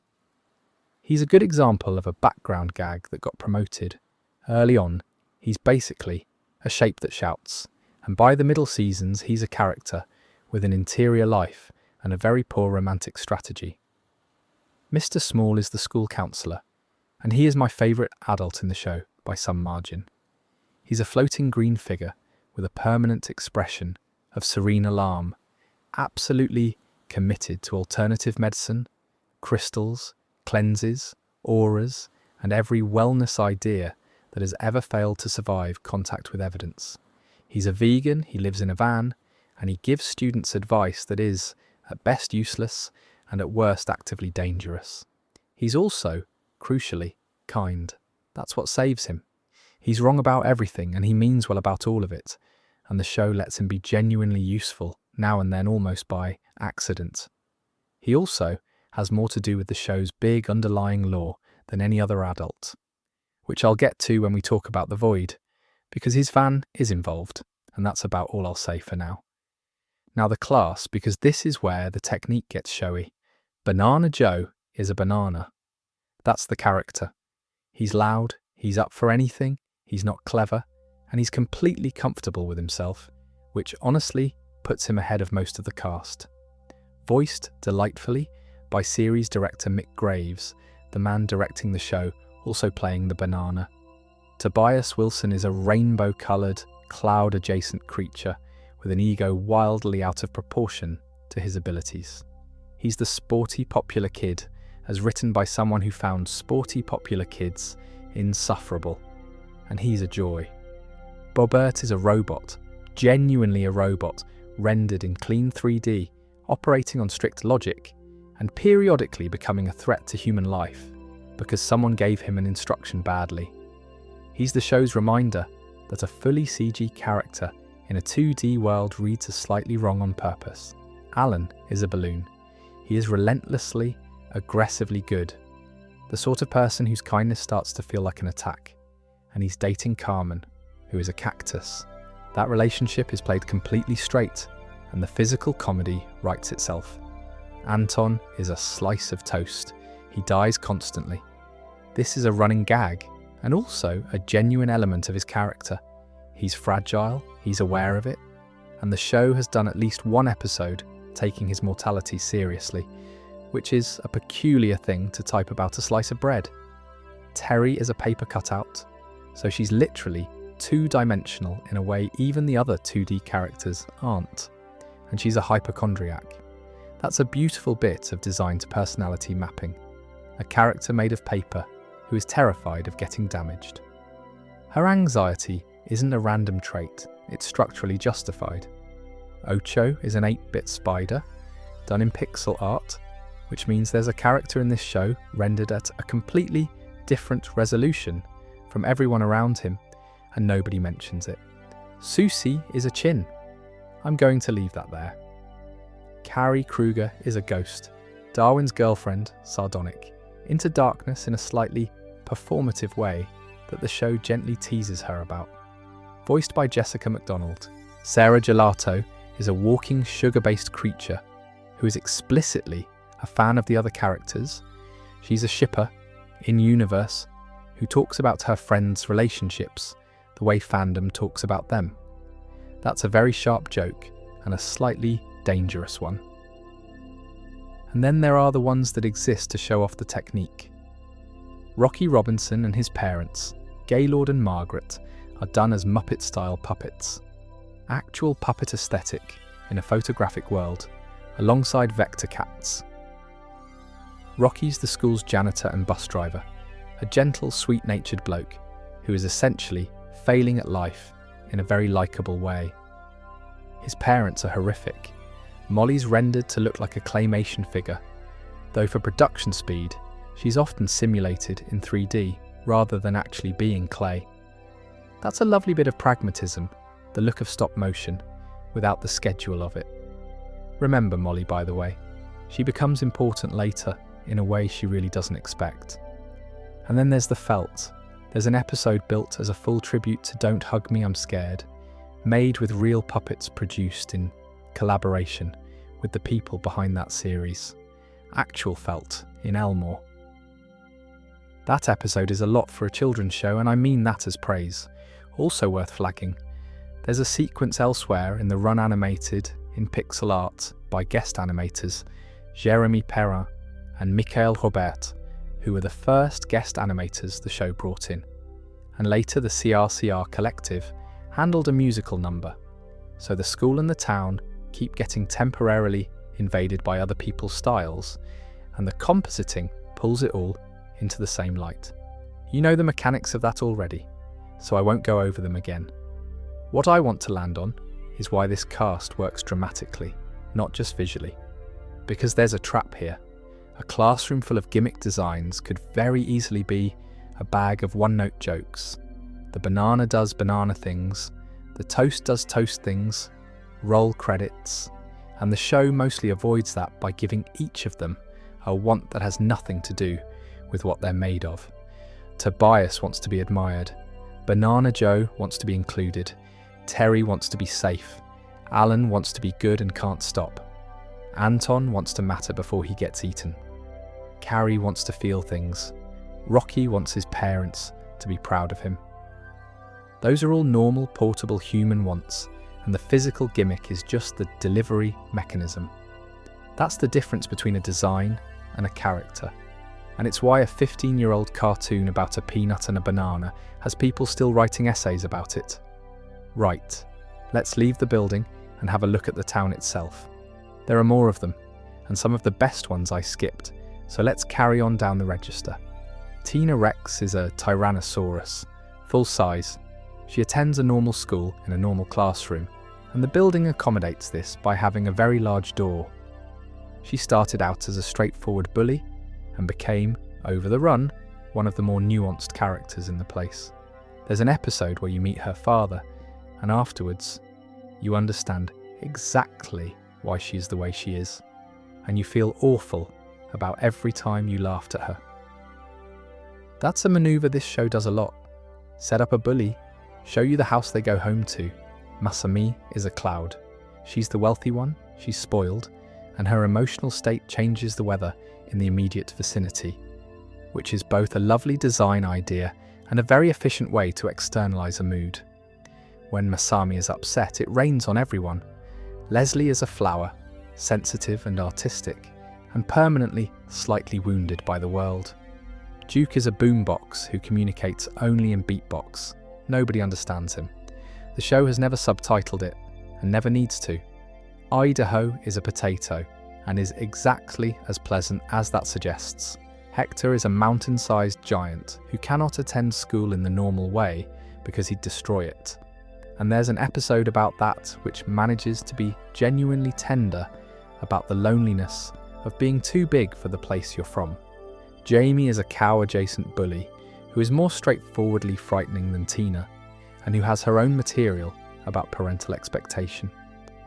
Clayton is made of clay and is a compulsive liar, which is a design to personality pairing, so on the nose that it goes all the way back round to being good.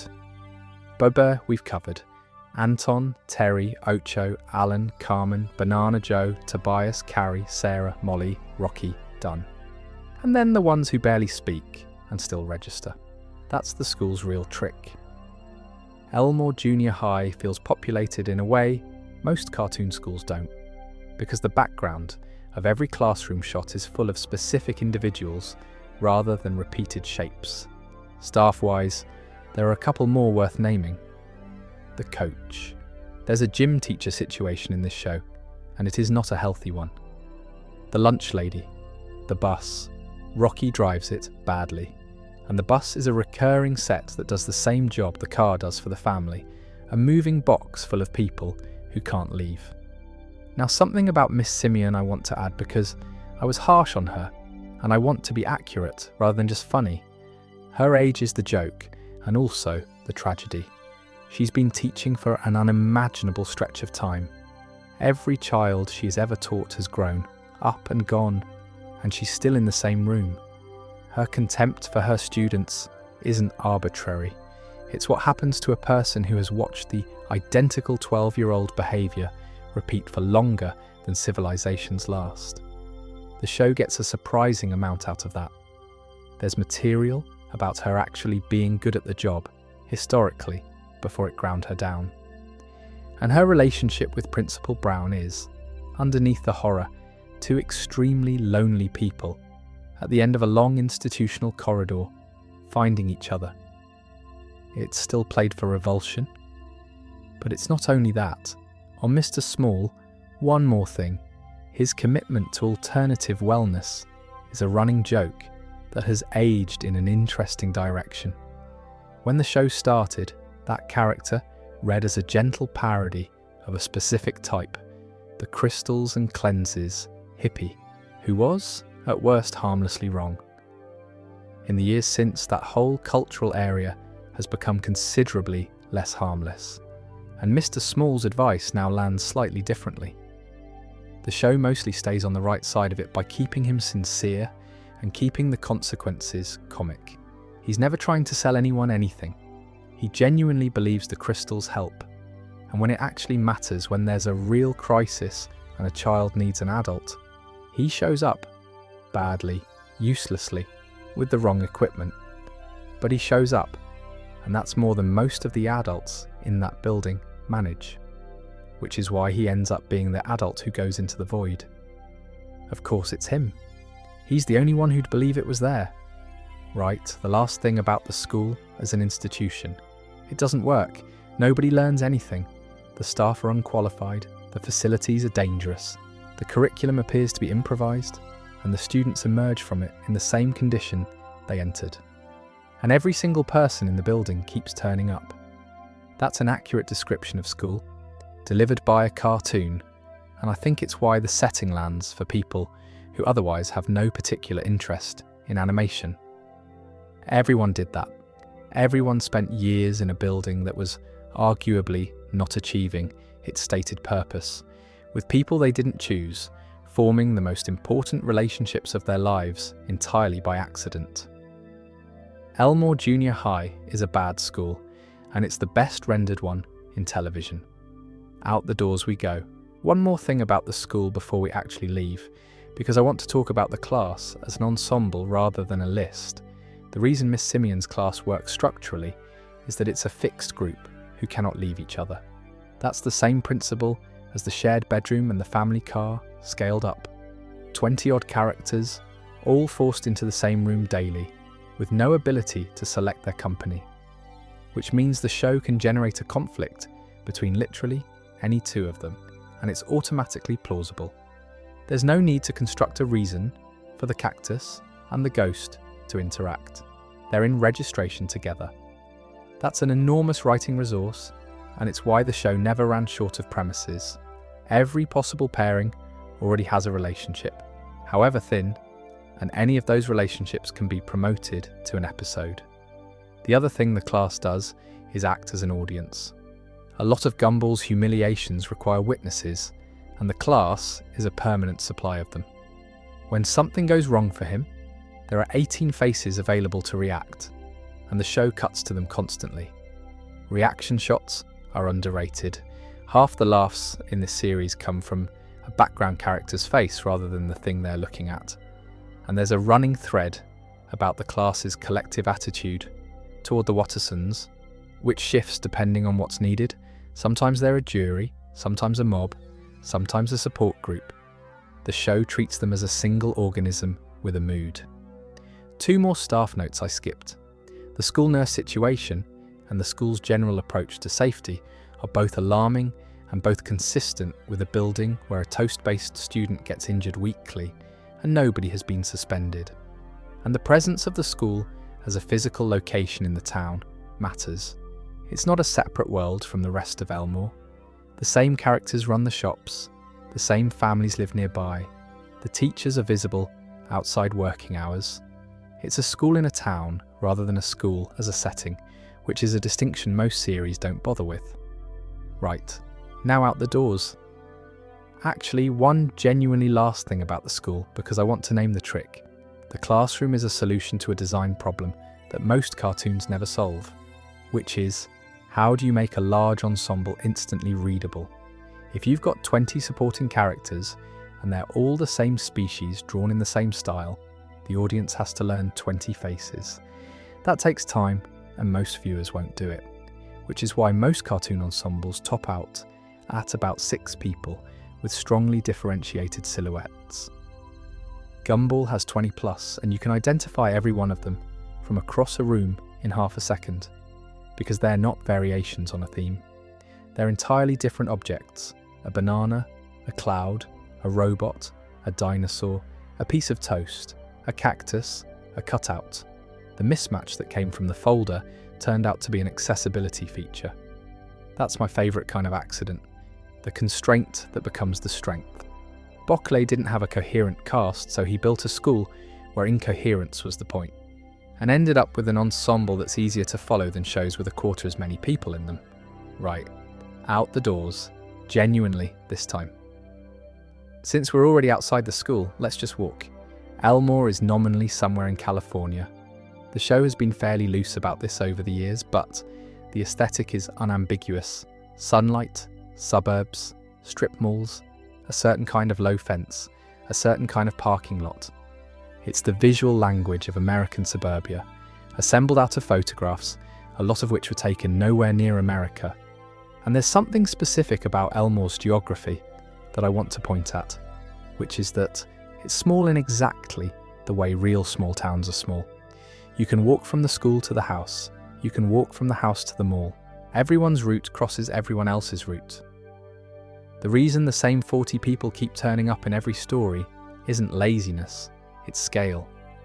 Elmore is about the size of a place, where you genuinely bump into your teacher in the supermarket and both of you would pretend not to see each other.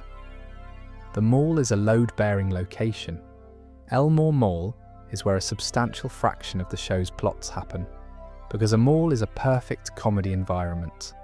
Lots of small businesses, lots of strangers, security who will chase you, and a food court. There's a whole economy of shop owners in this show. Larry Needlemeyer, in particular, who works what appears to be every job in Elmore simultaneously. He's at the shop, he's at the burger place, he's at the cinema, he's at the DMV. The joke is that Larry is the town's entire service industry, and the darker version of the joke is that Larry is drowning. The joyful burger is the fast food option, and it is not joyful. There's a video shop, a laser tag place, a bowling alley, a hospital where nobody appears to be qualified, and a police force consisting of a small number of donuts. Yes, the police are donuts. Donut Sheriff is a character. This is a town where the concept of law enforcement is being performed by baked goods, and the show plays it entirely straight. And then there's the Awesome Store. Now, I'm going to be careful here, because the Awesome Store is where a lot of the show's underlying weirdness eventually turns out to live, and I'd rather deal with it properly later than half explain it now. What I'll say for the moment is this: it's a shop that operates out of a red van, run by a man with a very particular manner, and the stock is not normal. Things get bought from that van that should not exist. Items that break the rules of the world are available for cash from a bloke in a car park. Every town has a place like that. Ours had a shop that sold 3 unrelated categories of item and never seemed to have customers, and somehow stayed open for 11 years. Elmore's version just happens to sell things that affect reality. Elmore Forest sits at the edge of town, and it's where the show goes when it wants somewhere that isn't photographable suburbia. It's also where you end up when you're being chased, which is often. There's a junkyard, there's a dump, there's a rubbish heap that has, on at least one occasion, been the setting for a genuinely emotional scene, because this show enjoys putting sincerity in the least dignified location available. Now, the holidays, because Elmore has its own, the show invented Sluzzle Tag, which is Elmore's winter holiday, complete with its own mythology, its own decorations, and its own frankly upsetting central figure. It exists partly because the show didn't want to just do Christmas, and partly because inventing a holiday lets you invent the whole apparatus around it. The traditions nobody questions, the bits of it that are clearly horrifying if you think about them, the family arguments about how it's properly done. Any real holiday, described accurately to someone who's never encountered it, sounds unhinged. Sluzzle Tag is the show making that point without picking on anybody's actual religion. Let's talk about the background population, because this is one of my favourite things about the series. Most cartoons have a crowd, anonymous shapes that fill the frame and are never seen again.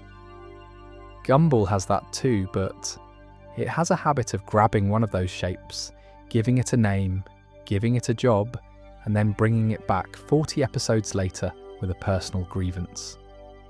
This is the show's most consistent long game. Somebody appears once in the background, doing nothing. Then they appear again. Then they get a line. Then eventually, they get an episode where it turns out they've had an entire life running in parallel to the main plot the whole time, and they've been quietly aggrieved about something the Wattersons did in season 1 and never noticed. I love this for 2 reasons. The first is that it makes the town feel genuinely inhabited rather than staffed. The second is that it's a very honest description of how being a person works. Everyone around you is the protagonist of something, and you are at best a recurring background figure in most of them. The show has a specific term for that feeling, actually, and used it as an episode title in the revival, The Sonder, the realisation that every passerby has a life as vivid and complicated as your own. That's a slightly unusual concept to build a kids' cartoon episode around, and it's completely in keeping with what the show had been doing quietly for years anyway. Physics next, briefly. Elmore's physics are negotiable, not in a magic exists way. There's no established magic system, no rules of the arcane. It's more that the town behaves however the moment requires. Characters get flattened and inflate again. Distances change. Objects appear because someone needed them. Gravity is a suggestion. Death is temporary and, in Anton's case, daily. For most of the run, this is just cartoon logic. The same physics Looney Tunes ran on, and you don't think about it. What makes Gumball unusual is that the show eventually goes and asks why the physics are like that. Not as a joke, as a plot. It provides an actual in-world explanation for the fact that the world doesn't work properly, and once you have that explanation, all the earlier gags retroactively become evidence. That's a genuinely bold structural move for a comedy, and we'll get there. Not yet. One more thing about the town, and this is the bit that I think explains why it's so comfortable to have on in the background. Elmore is stable. Nothing permanent ever happens to it. Buildings get destroyed and are fine next week. Characters get hurt and recover. Enormous catastrophes occur, and the following episode opens with everyone at school. For most of the run, there is no ongoing damage, no accumulating consequence, no state that carries forward. That's the classic sitcom reset, and it's usually described as a limitation. But for a show you're falling asleep to, it's a feature. There's no anxiety in it. Whatever's currently on fire will be fine. The town is a fixed point, and the people in it can't be genuinely lost, which is, of course, exactly the thing the show eventually threatens. But not for ages yet. Let's do something lighter, and go and talk about the peanut. Let's keep walking, because there's more of the place worth knowing. Larry deserves a proper paragraph. He's the one background character who became a genuine thesis. He works everywhere. The convenience shop, the fast food place, the cinema, the rental counter, the hospital reception, the DMV, and for a long time, it's just a gag. Then the show does the thing it does, and you find out what that life actually costs him. He has a partner. He has ambitions he abandoned. He has a very specific breaking point, and there's an episode about what happens to Elmore when Larry stops.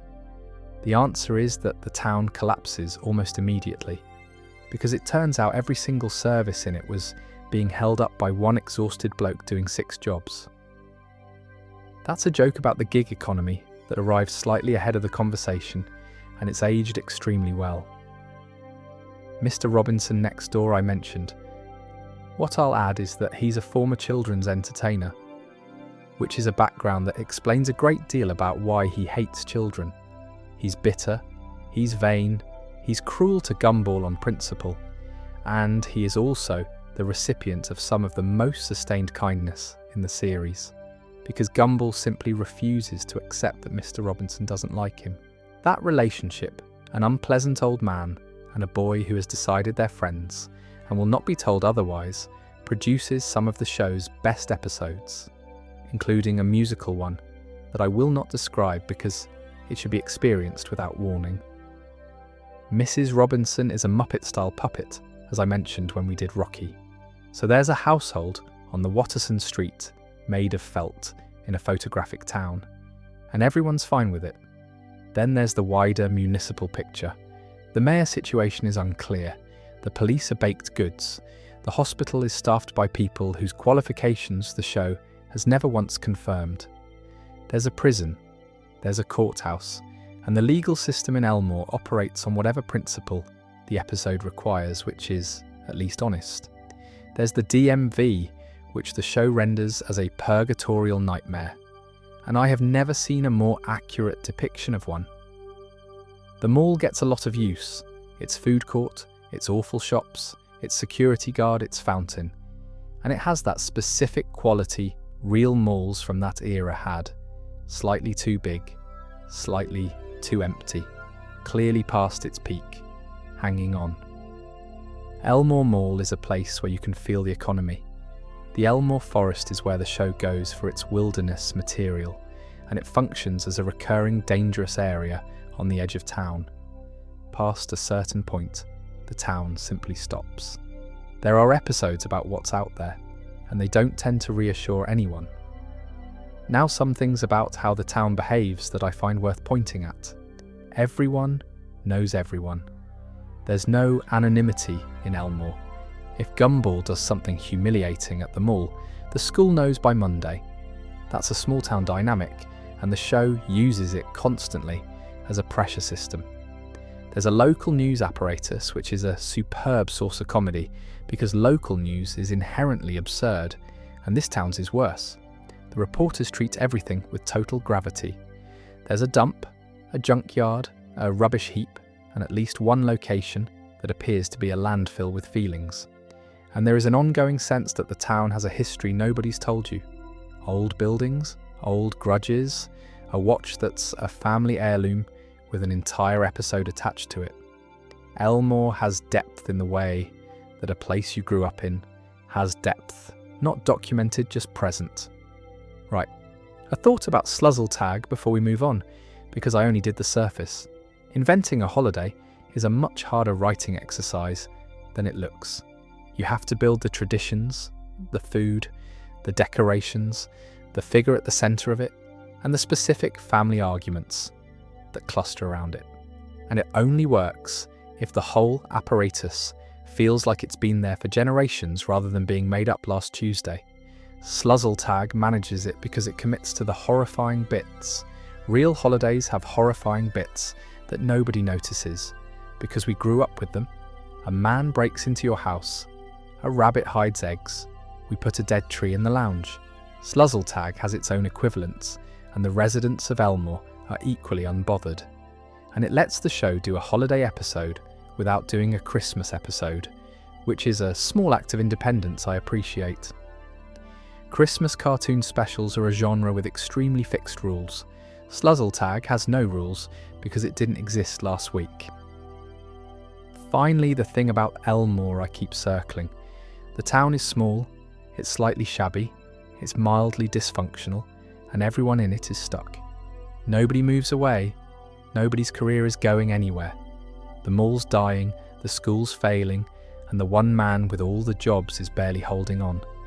And it's a genuinely lovely place to spend time, which is a real thing about hometowns. The list of facts about the place you're from is usually quite depressing, and it has nothing whatsoever to do with how it feels to be back there. Elmore is the second thing, not the first. That's why this show works at 1 a.m. with the lights off. You're not visiting a fantasy world. You're visiting somewhere a bit rubbish that you happen to be fond of. One more circuit of the town, and then we'll move on. I want to say something about Elmore's weather, oddly enough, because it's a detail that reveals the whole approach. The weather in Elmore is photographic. Real skies, real light, real conditions, which means the show's emotional register is partly being set by whatever the sky was doing on the day somebody took the picture. An episode shot against a flat overcast plate feels different from one shot against hard sunlight, and that difference wasn't authored by anyone in the story department. It was authored by A Tuesday in England. That's a genuinely strange thing about this production. Part of the show's mood was determined by weather nobody controlled. The other observation is about time of day. Elmore has real dusk, proper golden hour light on real buildings, which is one of the hardest things to fake in animation and one of the easiest things to photograph. So the show's evening scenes have a warmth to them that drawn evenings usually don't. And the town at sunset is genuinely lovely to look at. If you ever want the pure version of what I've been describing tonight, cartoons on photographs, working, find a shot of the Wattersons street in the late afternoon and just sit with it. There's a real place in that frame. Somebody stood there. Right, and one more, because I skipped the show's relationship with the internet, and Elmore is where it lives. The town has an online life. There's social media in this series. There are viral videos. There are comment sections. There's a whole apparatus of digital humiliation running parallel to the physical kind. And the show has been engaging with that since well before it was the default subject of every teen comedy. The copycat storyline is the sharpest example, a family who imitate the Wattersons online and monetize it, which is a joke about content farming that arrived early and has only got more accurate. What I appreciate is that the show never treats the internet as a separate magical realm. It's just another part of the town. The comment section is a place in Elmore, in the same way the mall is, with the same population, and it's exactly as pleasant as you'd expect from a place run by the residents of this town. Right, let's go and talk about the peanut. The shell comes off. That's the moment. Not the confession, not the kiss, not the awkward walk home. The shell. For most of the series to that point, Penny Fitzgerald is a peanut with antlers. Small, oval, brown, cheerleader, kind, patient with Gumball in a way he does not deserve. And then there's an episode where the shell breaks and what's underneath isn't a peanut at all. It's a shape-shifting creature made of light and colour that can become anything and has been keeping itself compressed inside a hard exterior for its entire life because that's what her family does. Her father in particular is enormous on the subject of shells. Keeping them. Never breaking them. The whole family lineage insists on it. And the reveal isn't a horror beat, it's a relief. The show frames it as a girl finally letting go of something that was crushing her. And Gumball's reaction, which is uncomplicated delight, is the thing that lets her stay out. I think that's one of the 2 or 3 best sequences in the entire run. It's a metaphor a 9-year-old can get and a 29-year-old can sit with for a while afterwards. And it doesn't over-explain itself. It's also, quietly, the moment the show earned the right to keep this relationship going. Because here's what happens next. And it's the unusual bit. They get together, and then they stay together. That is not what cartoons do. The standard operating procedure for a crush plot is to sustain it indefinitely. You keep the pair almost together for as long as the show runs, because the tension is the engine, and resolving it means losing the engine. Every near miss, every interrupted confession, every misunderstanding, it's a machine designed never to finish. Gumball just finished it. They became a couple, the show carried on, and their relationship became a normal, ongoing feature, rather than a permanent cliff edge. They have episodes about being a couple. They have arguments as a couple. They're allowed to be a bit bored of each other occasionally. It's the least dramatic possible handling of the thing, and it's much braver than the alternative. I'll say the thing I actually think, which is that this is one of the few teenage cartoon relationships that reads as recognisably fond rather than performed. They like each other's company. That's the whole basis of it. There's no grand destiny, no obstacle keeping them apart, no rival. 2 people who find each other easy. Now Penny's design origin, which loops back to the very beginning of all this. She came out of a commercial pitch to Nickelodeon that went nowhere. And in that original version, she was armed. There was a gun. I mentioned that earlier, and I'm mentioning it again only because I want to properly land what it means.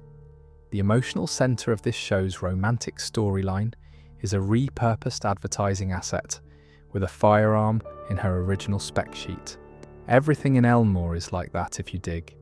The town is built out of things that failed somewhere else.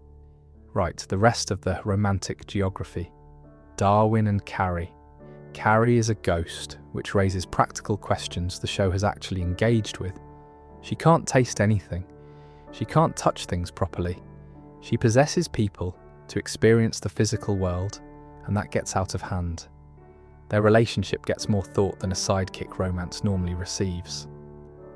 There's an episode where Gumball decides Carrie is unsuitable and sets out to break them up. And he's wrong, and the show makes it clear he's wrong. And the resolution involves him apologising rather than being retroactively vindicated. That's decent writing for a joke premise about a fish dating a spirit. Nicole and Richard we've done. Their thing is ongoing rather than settled. And I said what I wanted to say about that already. Miss Simeon and Principal Brown are the horror version.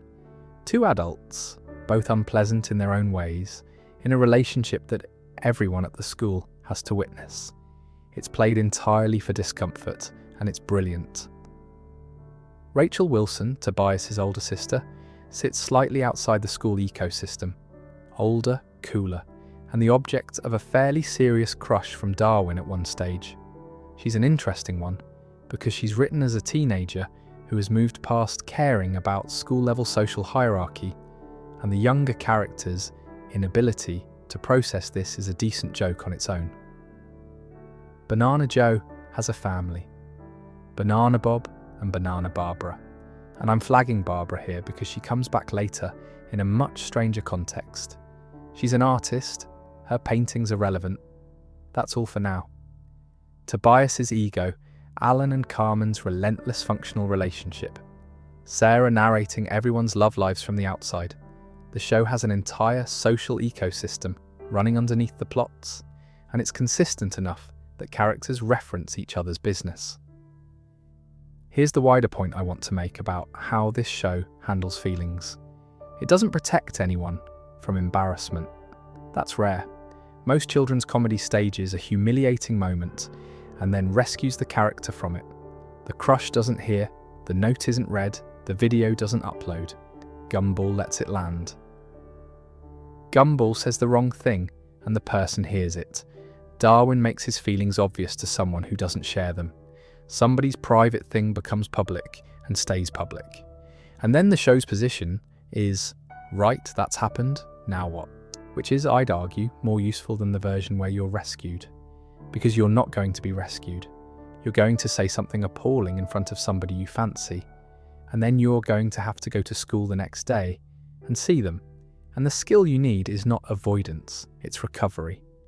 Gumball is very good at recovery. He's dreadful at prevention.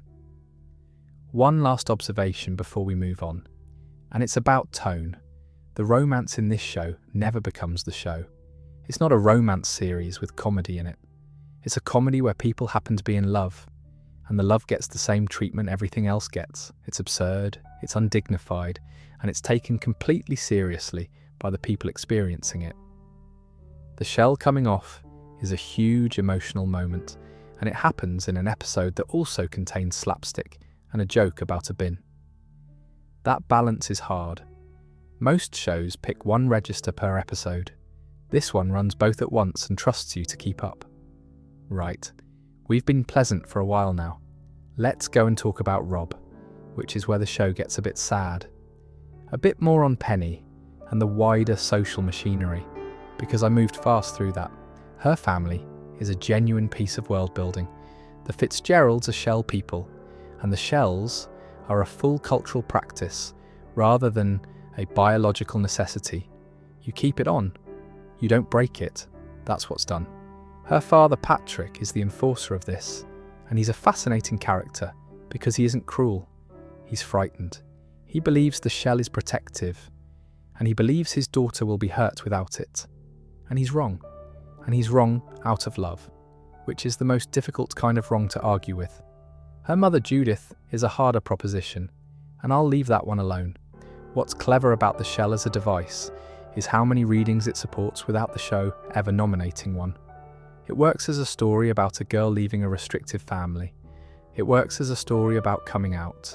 It works as a story about a kid who was told to be smaller and finally isn't.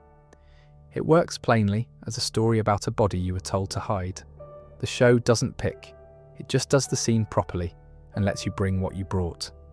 And Penny's post-shell form matters too. She's not revealed to be beautiful in a conventional way, which would have been the obvious and worst choice. She's revealed to be unstable. She shifts. She becomes different creatures. She doesn't hold one shape. Her true form is not a form. It's a range. That's a much braver design decision, and it gives the character somewhere to go for the rest of the series. Now, the couple is an ongoing thing. Once they're together, the show does something I want to praise properly. It lets them be a bit unremarkable. There are episodes where they're just going out somewhere. There are episodes where they've got a minor disagreement about a minor thing. There's an episode built on the fact that Gumball has run out of ideas for what to do on a date, which is the least dramatic premise imaginable and completely true to how relationships work at that age. The absence of jeopardy is the point. Most cartoon romances are permanently in crisis, because crisis is what generates plot. Gumball worked out that you can generate plot from two people who are fine, as long as they're funny. Sarah is the other half of this conversation, and I mentioned her briefly. She's an in-universe fan of the other characters' relationships. She has opinions on pairings. She has, at points, direct knowledge she shouldn't have about the shape of the story she's inside. That's a joke about fandom, made by a show with a very large fandom, and it's affectionate rather than sneering, but it's also doing structural work, because Sarah is a character who thinks about Elmore as a narrative, which, given what the show eventually establishes about Elmore, is less of a joke than it first appears. Tobias and Rachel, as siblings, is a good dynamic too. Rachel is older, cooler, and has visibly exited the social system that Tobias is still desperately competing within. The gap between them is one of the show's better observations about age, the 2-year difference that feels like a generation when you're 12 and vanishes entirely by 20. Alan and Carmen, the balloon and the cactus, deserve their moment. They are the show's functional couple, the ones with no drama, and the joke is that the only stable relationship in Elmore is between two beings who physically cannot touch each other. There's an episode about their relationship being tested, and the resolution is genuinely sweet. Right, and here's what I'd say about the show's overall position on feelings.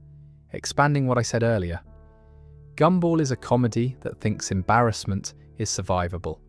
That's the thesis. Not that embarrassment doesn't matter.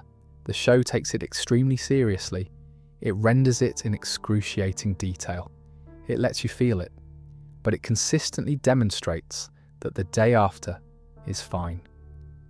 For a show aimed at people in the exact age band, where social humiliation feels terminal, that's a genuinely useful message. And it delivers it without ever stating it. It just keeps showing you characters saying the worst possible thing and then still being there next week. I've watched a lot of children's television that tries to teach resilience by having a character explain resilience. This one teaches it by having the same cat humiliate himself weekly for years and continue to make plans. One more small thing. The show has actually done a proper love triangle. 1. Across the entire run, with this many characters and this much romantic material, a character has been made to choose between two people while a third pines. That's an almost unbelievable act of restraint, given how easy and how reliable that plot is. I noticed its absence and then couldn't stop noticing it. Whoever made that call, well done. One final observation on all of this. I've been talking about the show's romance as though it's a subplot, and structurally it is. But there's a case that it's actually the series' clearest statement of purpose, and it's this. Every significant relationship in Gumball is between two people who should not be compatible. A cat and a peanut, a fish and a ghost, a balloon and a cactus, a blue cat and a shape-shifting creature who spent her childhood inside a shell, a woman raised for excellence and a man raised for nothing. None of these should work. They're mismatches at the level of physical form, which in this show is the same as the level of medium. Different techniques, different visual languages, different rules, and they all work anyway, which is exactly what the show is technically. A collection of incompatible things composited into one frame until they belong together. So the romance isn't decoration on top of the aesthetic. It's the aesthetic restated in emotional terms. The entire series is an argument that things which have no business fitting together can be made to, given the right light. I don't know whether anyone intended that either, but it's there consistently at every level of the thing, from the pipeline to the marriage to the peanut. And a show doesn't get that coherent by accident. Right. Rob. There's a kid in the background of some early episodes. Yellowish, one eye, standing near lockers. He's in the crowd shots. He's on the bus. He's at assemblies. You would not be able to pick him out of a lineup. And that is precisely and exactly the point. Rob is the show's best idea, and I don't think that's a controversial position. He's certainly the character that turns a joke-a-minute sitcom into something people write long, over-serious analyses about at 2 a.m, including this one, arguably. Let's go through it in order, because the order matters. Stage 1. Rob is nobody. Genuinely nobody. He's a background student at Elmore Junior High with no defining feature, no job in the narrative, no reason for the show to look at him. He exists to fill space in a shot, which is a completely normal thing for a cartoon character to be. Every cartoon has hundreds of them. Stage 2 is where it turns. There's an episode where a few things start going wrong around town in a small, deeply unnerving way. A photograph comes out blurry. A locker is missing. Not damaged, missing, as though the space where it should be was never filled in. Little errors in the fabric of the place. Gumball and Darwin notice and go looking. Molly has vanished. And when I say vanished, I don't mean she's been taken somewhere. I mean she's been removed, and the removal is retroactive in a way that makes people's memories go soft around the edges. The boys, along with Mr. Small, this is where the counsellor becomes load-bearing, end up going in after her. Small's van, Janice, is also missing, which is his actual motivation, and I do find that funny. They go into the place where the removed things go. They find Molly. They get out. And on the way out, the place tries to keep them. They make it. Their memories of what they saw get wiped on the way out, which is standard for that dimension. And life continues. Except Rob was in there. He was in there the whole time. He was one of the things that had been removed, because a character with no purpose and no distinguishing features is precisely the sort of thing that gets filed as an error. And when the boys came through, he saw them, he called out to them, he shouted for help. They didn't hear him. That's the sentence the whole character is built on, and it kills me every time. He wasn't ignored out of malice. He wasn't rejected. He was simply not perceived by two people who would absolutely have helped him if they'd noticed he was there. Because not being noticed is the specific condition that put him in the room in the first place. He got out on his own. He grabbed onto the van as it left and rode it out, and the escape cost him. He came back wrong, glitched polygonal pieces of him rendered as raw geometry, like a corrupted asset. His body is now visibly a mistake in the world's file structure. Stage 3. He comes back and doesn't know who he is. That's the episode where Gumball and Darwin find a glitching figure in their basement who tells them he's nobody. No name, no purpose, no reason to exist. He's not threatening at that point. He's lost. He's a person asking what he's for, and the boys, trying to be helpful, offer a suggestion. They point out that Elmore doesn't really have a bad guy. Maybe he could be that. They gave him a job. Rob remembers everything at that point. His name, his time in the void, all of it. And he becomes the villain because it's the first role anyone has ever offered him, and he takes it with both hands. He is, incidentally, the only person known to have recovered their memories of that place. Everyone else who comes out has it wiped and never gets it back. Rob got it back, which is either a side effect of the way he escaped or a consequence of how badly he wanted to matter. So let's be clear about the moral position here, because the show is. Gumball is responsible for Rob. Not entirely, but genuinely. He failed to hear him in the void. He then handed him the villain role over a basement conversation. Every subsequent thing Rob does traces back to two of Gumball's casual acts of not quite paying attention. The show never lets him off this, and it's one of the reasons Gumball works as a protagonist. He's not a good boy who has bad luck. He's a careless boy who generates consequences. Stage 4 is Rob actually trying, and this is where the character becomes properly tragic, and also, frequently, hilarious. Because he's terrible at it. He's an awful villain. He announces himself and gets his name wrong by other people. Gumball spends ages not even bothering to remember what he's called, which is a running joke and also, if you think about it for 2 seconds, absolutely brutal. The man's entire grievance is that nobody registers him, and the hero of the story cannot retain his name. There's an episode where the boys decide to help him become a better villain, which involves them following him around all day, being encouraging while he tries to give up and go home. That's an extraordinary premise. The heroes bullying their nemesis into functioning as a nemesis out of kindness.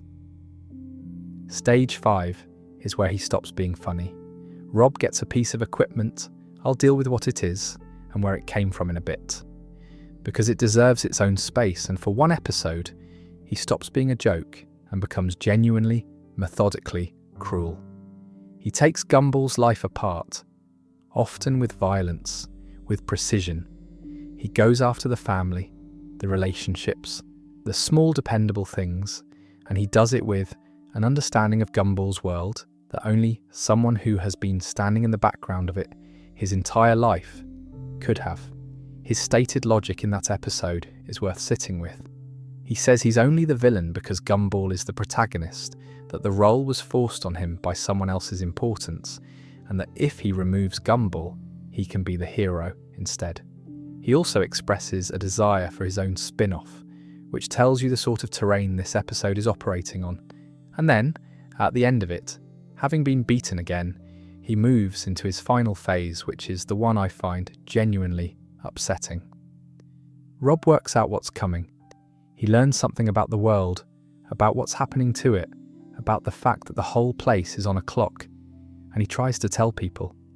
He tries to warn them, and by then he's the villain, so nobody listens, because that's what he's for.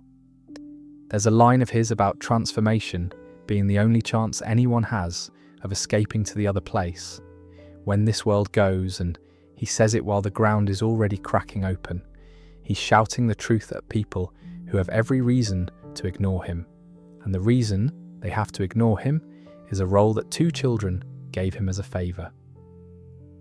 That's the arc. Background nobody, erased, escaped broken, given a purpose by the people who failed him, becomes a threat, becomes a prophet, gets disbelieved. And here's the bit that ties it all the way back to the beginning of tonight. The show's original pitch, the one that got turned down for being too depressing, was about rejected cartoon characters, surplus designs with nowhere to go, sent somewhere to be dealt with. That pitch never got made. But roughly 7 or 8 years later, that exact premise walked into the finished show as a one-eyed background student who'd been thrown away for having no purpose. The remedial school didn't disappear. It just became a villain origin. I genuinely believe Rob is the most complete character in the series, and I'd argue he's more thoroughly constructed than the protagonist. Gumball is a personality. Rob is an argument. Anyway, let's go and look at the place he was thrown into, because we've been circling it for about 10 minutes now. A few more things about him, because I've been thinking about this character for years and there's more in there. His design. Post-escape Rob is rendered with visible geometry, flat polygons, hard edges, bits of him that look like an unfinished model with the smoothing turned off. That's a specific choice, and it's doing more than looking cool. In a show where every character is made with a different technique, Rob's technique is failure. He's not rendered in an alternative style, he's rendered in a broken one, which means that in a classroom full of characters representing every animation method there is, one of them represents the method going wrong. His voice in the original run came from Charles Phillip, and it's a good performance because it never goes fully theatrical. Rob has all the vocabulary of a cartoon villain. The monologues, the declarations, the vengeance, and he delivers it slightly too small, like a man doing a role he's read about rather than one that comes naturally, which is exactly correct because that's what he's doing. Now the name thing, because I want to make sure it lands. Gumball repeatedly cannot remember what Rob is called. This is a running gag across multiple appearances. Rob announces himself, Gumball gets it wrong, or draws a blank, and Rob has to correct him mid-threat. And there's a moment, late in it all, where Gumball finally gets it right, actually uses the name, correctly, in acknowledgement that Rob has genuinely hurt him. And Rob starts to do the correction reflexively, before realising he doesn't need to. That's the whole arc in 2 lines of dialogue. Everything this character has ever wanted is contained in someone saying his name properly, and the price of it was destroying that person's family. I think that's extraordinary writing for a show about a banana. Let's talk about the sympathy problem, because it's the thing people argue about. There's a reading where Rob is the actual hero of the series, and Gumball is the villain. It comes up a lot online, and I understand why. Rob was wronged first. Rob was erased for no crime. Rob's suffering is disproportionate to anything he did, and his eventual attempts to warn everybody are sincere. I don't fully buy it, and here's why. Rob's response to being unseen is to try to remove someone else from existence, to do to Gumball exactly what was done to him, deliberately, knowing precisely how it feels. That's not a man seeking justice. That's a man who learned the wrong lesson from his own suffering. But I'd say the show is careful not to let you dismiss him either. It never gives him a moment of pure villainy that cancels the sympathy. Even at his cruelest, the grievance underneath is legitimate. What you end up with is a character who is both genuinely wronged and genuinely doing wrong. And the show refuses to resolve that into a verdict, which is uncomfortable and correct. Here's another angle I find useful. Rob is the only character in Elmore with continuity. That's not a small thing. In a show built on the sitcom reset, where nothing carries forward and every episode restores the status quo, Rob remembers. He accumulates, his grievances stack. He is functionally the only person in the town for whom time passes. And that's precisely because he's been outside it. He went to the place where the world's discarded material is kept. And he came back knowing that the world is a thing which discards material. Everyone else in Elmore lives inside a system they can't see. Rob has seen the outside of it, which makes him the town's only historian and its only prophet. And it makes him deeply unpleasant company, which is generally what happens to people in that position. His late-run material is where it gets properly bleak. By the end, he's not really pursuing revenge. He's trying to get people to understand what's coming. And he can't because the role he was given makes him structurally unbelievable. Everything he says is filtered through, that's the bad guy talking. He built a reputation as a liar to have any identity at all, and then needed to be believed, and the reputation was still there. That's a proper tragic mechanism. It's not bad luck. It's the direct consequence of the choice he made to solve the earlier problem. And there's a version of the story where somebody listens. That's the bit that stays with me. If Gumball and Darwin had heard him in the void, one moment of attention, one instance of noticing a background character, none of the rest follows. No villain, no remote, no dismantling of the family. The entire back half of this series proceeds from 2 children not looking properly at something. Right? A lighter note before we move on, because that got heavy.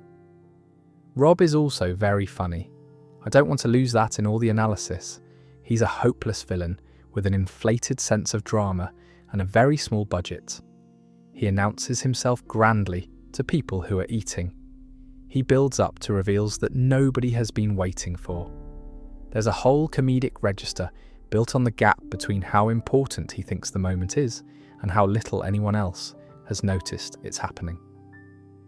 The tragedy and the comedy are the same joke seen from different distances, which is the highest thing you can say about a character in a show like this.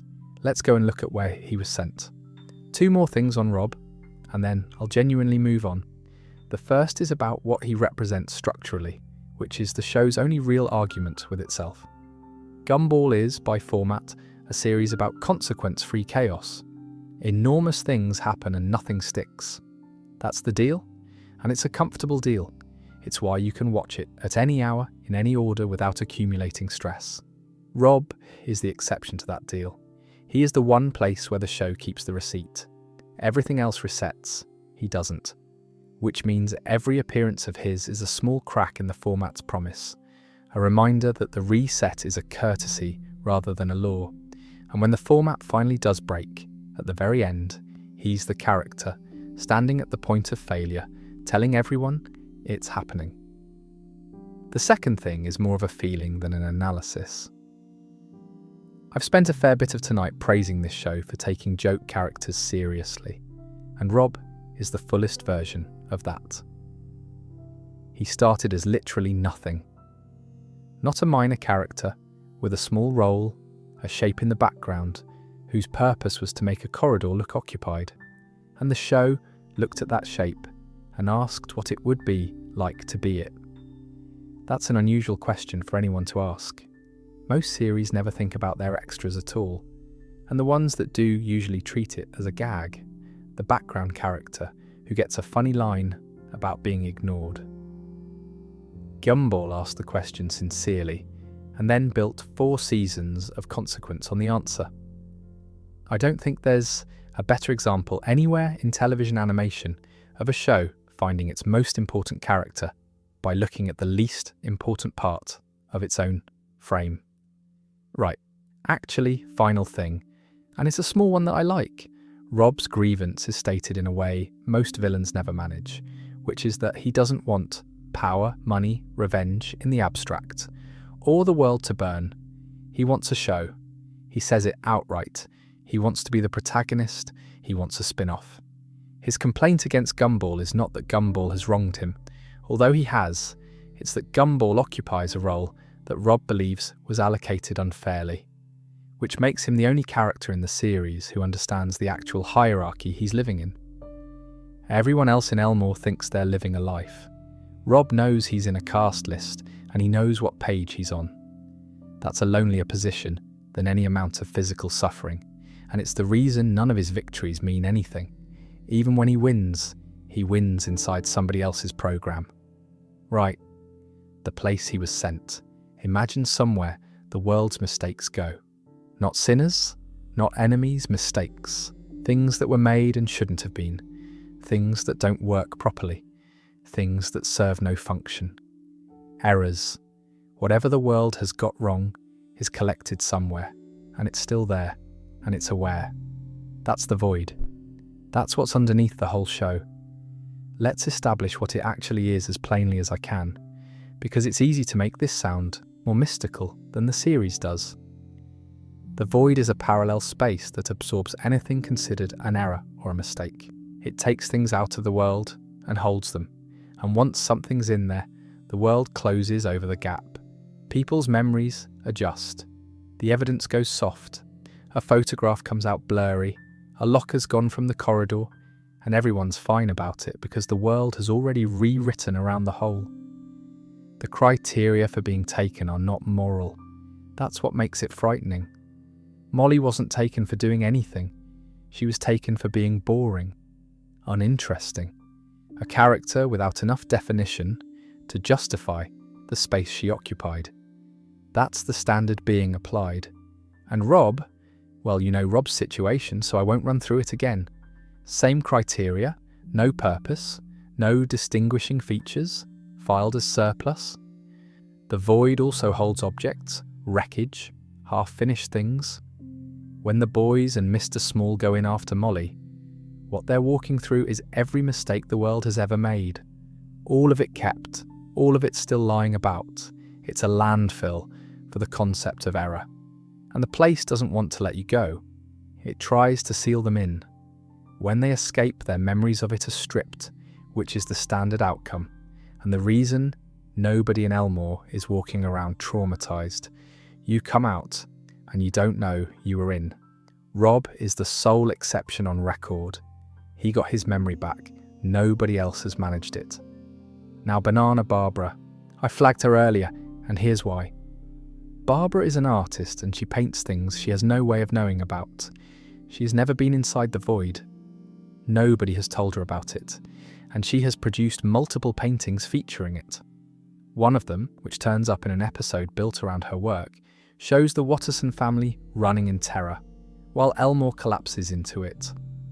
That's a painting of a possible future, made years before the end of the show, by a character who is treated by everyone around her as a slightly eccentric woman with a hobby. She's not written as a prophet. She's written as someone who paints what's in her head, and what's in her head happens to be accurate. I find that a genuinely chilling piece of construction. The Oracle in this story isn't a wizard on a mountain. It's Banana Joe's mum doing watercolours in the front room. There's another episode set in a possible future that circles the same territory, and a scattering of moments across the run where the world's own instability shows through, animation degrading, characters becoming visibly unfinished, the town's rendering slipping. The show keeps leaving these out where you can see them. Right, the remote. The awesome store, that van I mentioned, the one run by the bloke in the car park, sells a universal remote control. And it doesn't control televisions. It controls reality. Pause, rewind, fast forward, subtitles, language, brightness, aspect ratio, and one particularly consequential button marked AV, which opens a portal to the void. The implication of the remote working at all is the thing that reorganises the entire series. A remote control affects Elmore because Elmore is on television. That's the explanation the show quietly offers for its own physics, all the cartoon logic, all the negotiable gravity, all the deaths that don't stick. It's not that Elmore is magical, it's that Elmore is a broadcast, which means the void isn't a supernatural realm. It's where the cut material goes, the unused designs, the characters who didn't work, the mistakes made in production, the things that got removed before air, all of it kept somewhere, aware, and slowly getting closer. Now the interpretation, and I want to label it clearly as an interpretation rather than something the show ever states flatly. A great many people read The Void as the show worrying about its own cancellation. And I think that reading is very well supported.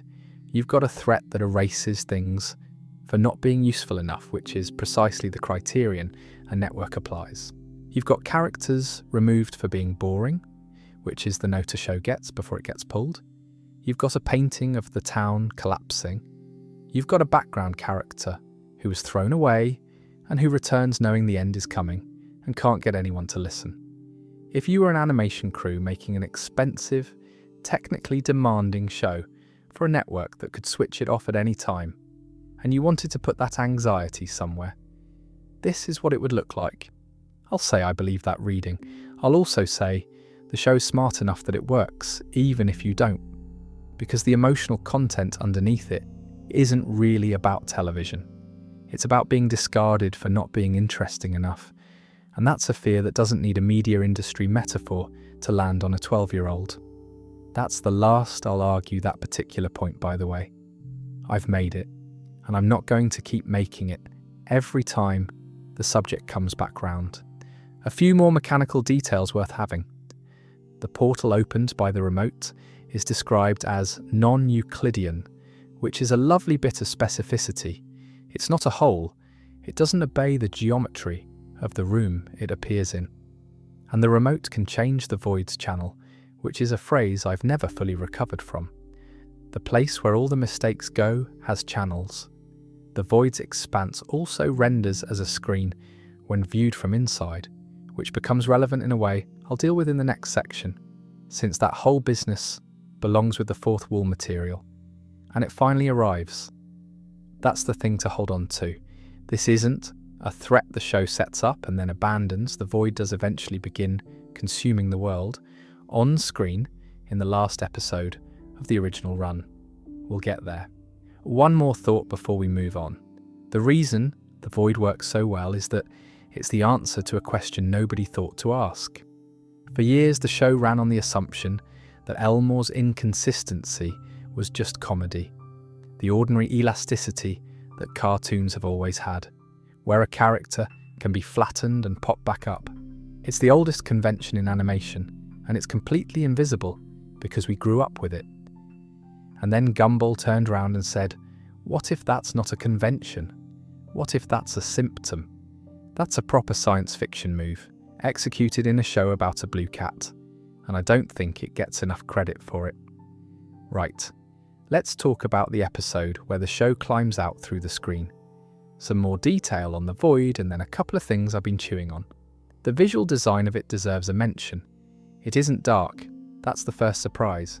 You'd expect a black expanse, and instead you get something washed out and pale, and nowhere, with an ambient glow littered with objects. It reads less like an abyss and more like a storage facility with the lights left on. That's a much better choice than blackness because storage is worse. Blackness suggests destruction. Storage suggests that everything is still there, still intact, still waiting, and simply not needed. The objects lying around in it are the detail that gets me. Half-finished things, duplicates, items that don't quite work. It's the physical output of every mistake the world has made, and the world has made a lot of them, and none of it has been cleaned up. It's just accumulating. Now Molly, I've mentioned her twice, and I want to give her a moment, because her situation is quietly the most upsetting thing in the whole concept. She wasn't erased for being bad. She was erased for being unremarkable. And when she comes back, her memory of the experience is wiped, which means she is now walking around Elmore with no knowledge that the universe once assessed her and found her insufficiently interesting to keep. She doesn't know. She'll never know. And the criterion that took her is still active.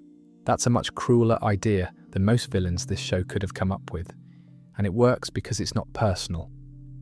Nobody chose Molly. A process did. The other thing about Molly is that she was, before all this, a genuinely minor character, rendered to look like clay, a few lines here and there. So the show took one of its own least developed characters and built an episode around the fact that she's underdeveloped, in-universe, with consequences. That's the show eating itself in the most productive possible way. Right, Banana Barbara again, because there's more to say. Her paintings aren't presented as prophecy in the way a fantasy series would present prophecy. There's no ritual, no visions, no glowing. She's a woman who paints, and she's a bit odd, and her family treats her art as a hobby that keeps her occupied. And her work is accurate.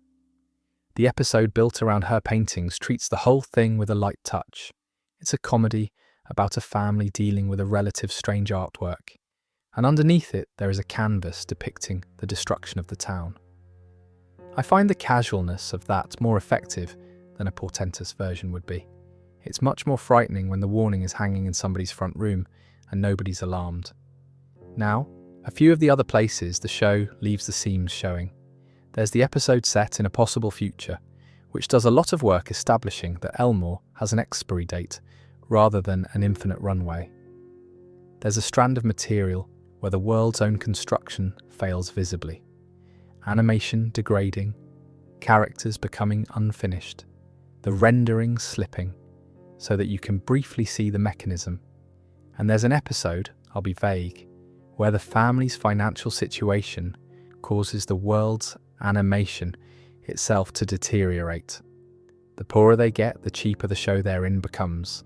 Backgrounds simplify, quality drops, the whole production visibly loses budget around them. That's a joke about production economics, delivered as a plot and it's one of the sharpest things the show ever did. The connection it draws is direct. These characters' well-being and this program's budget are the same variable.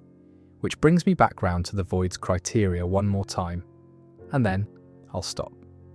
The thing being applied is usefulness, not virtue, not innocence, not effort.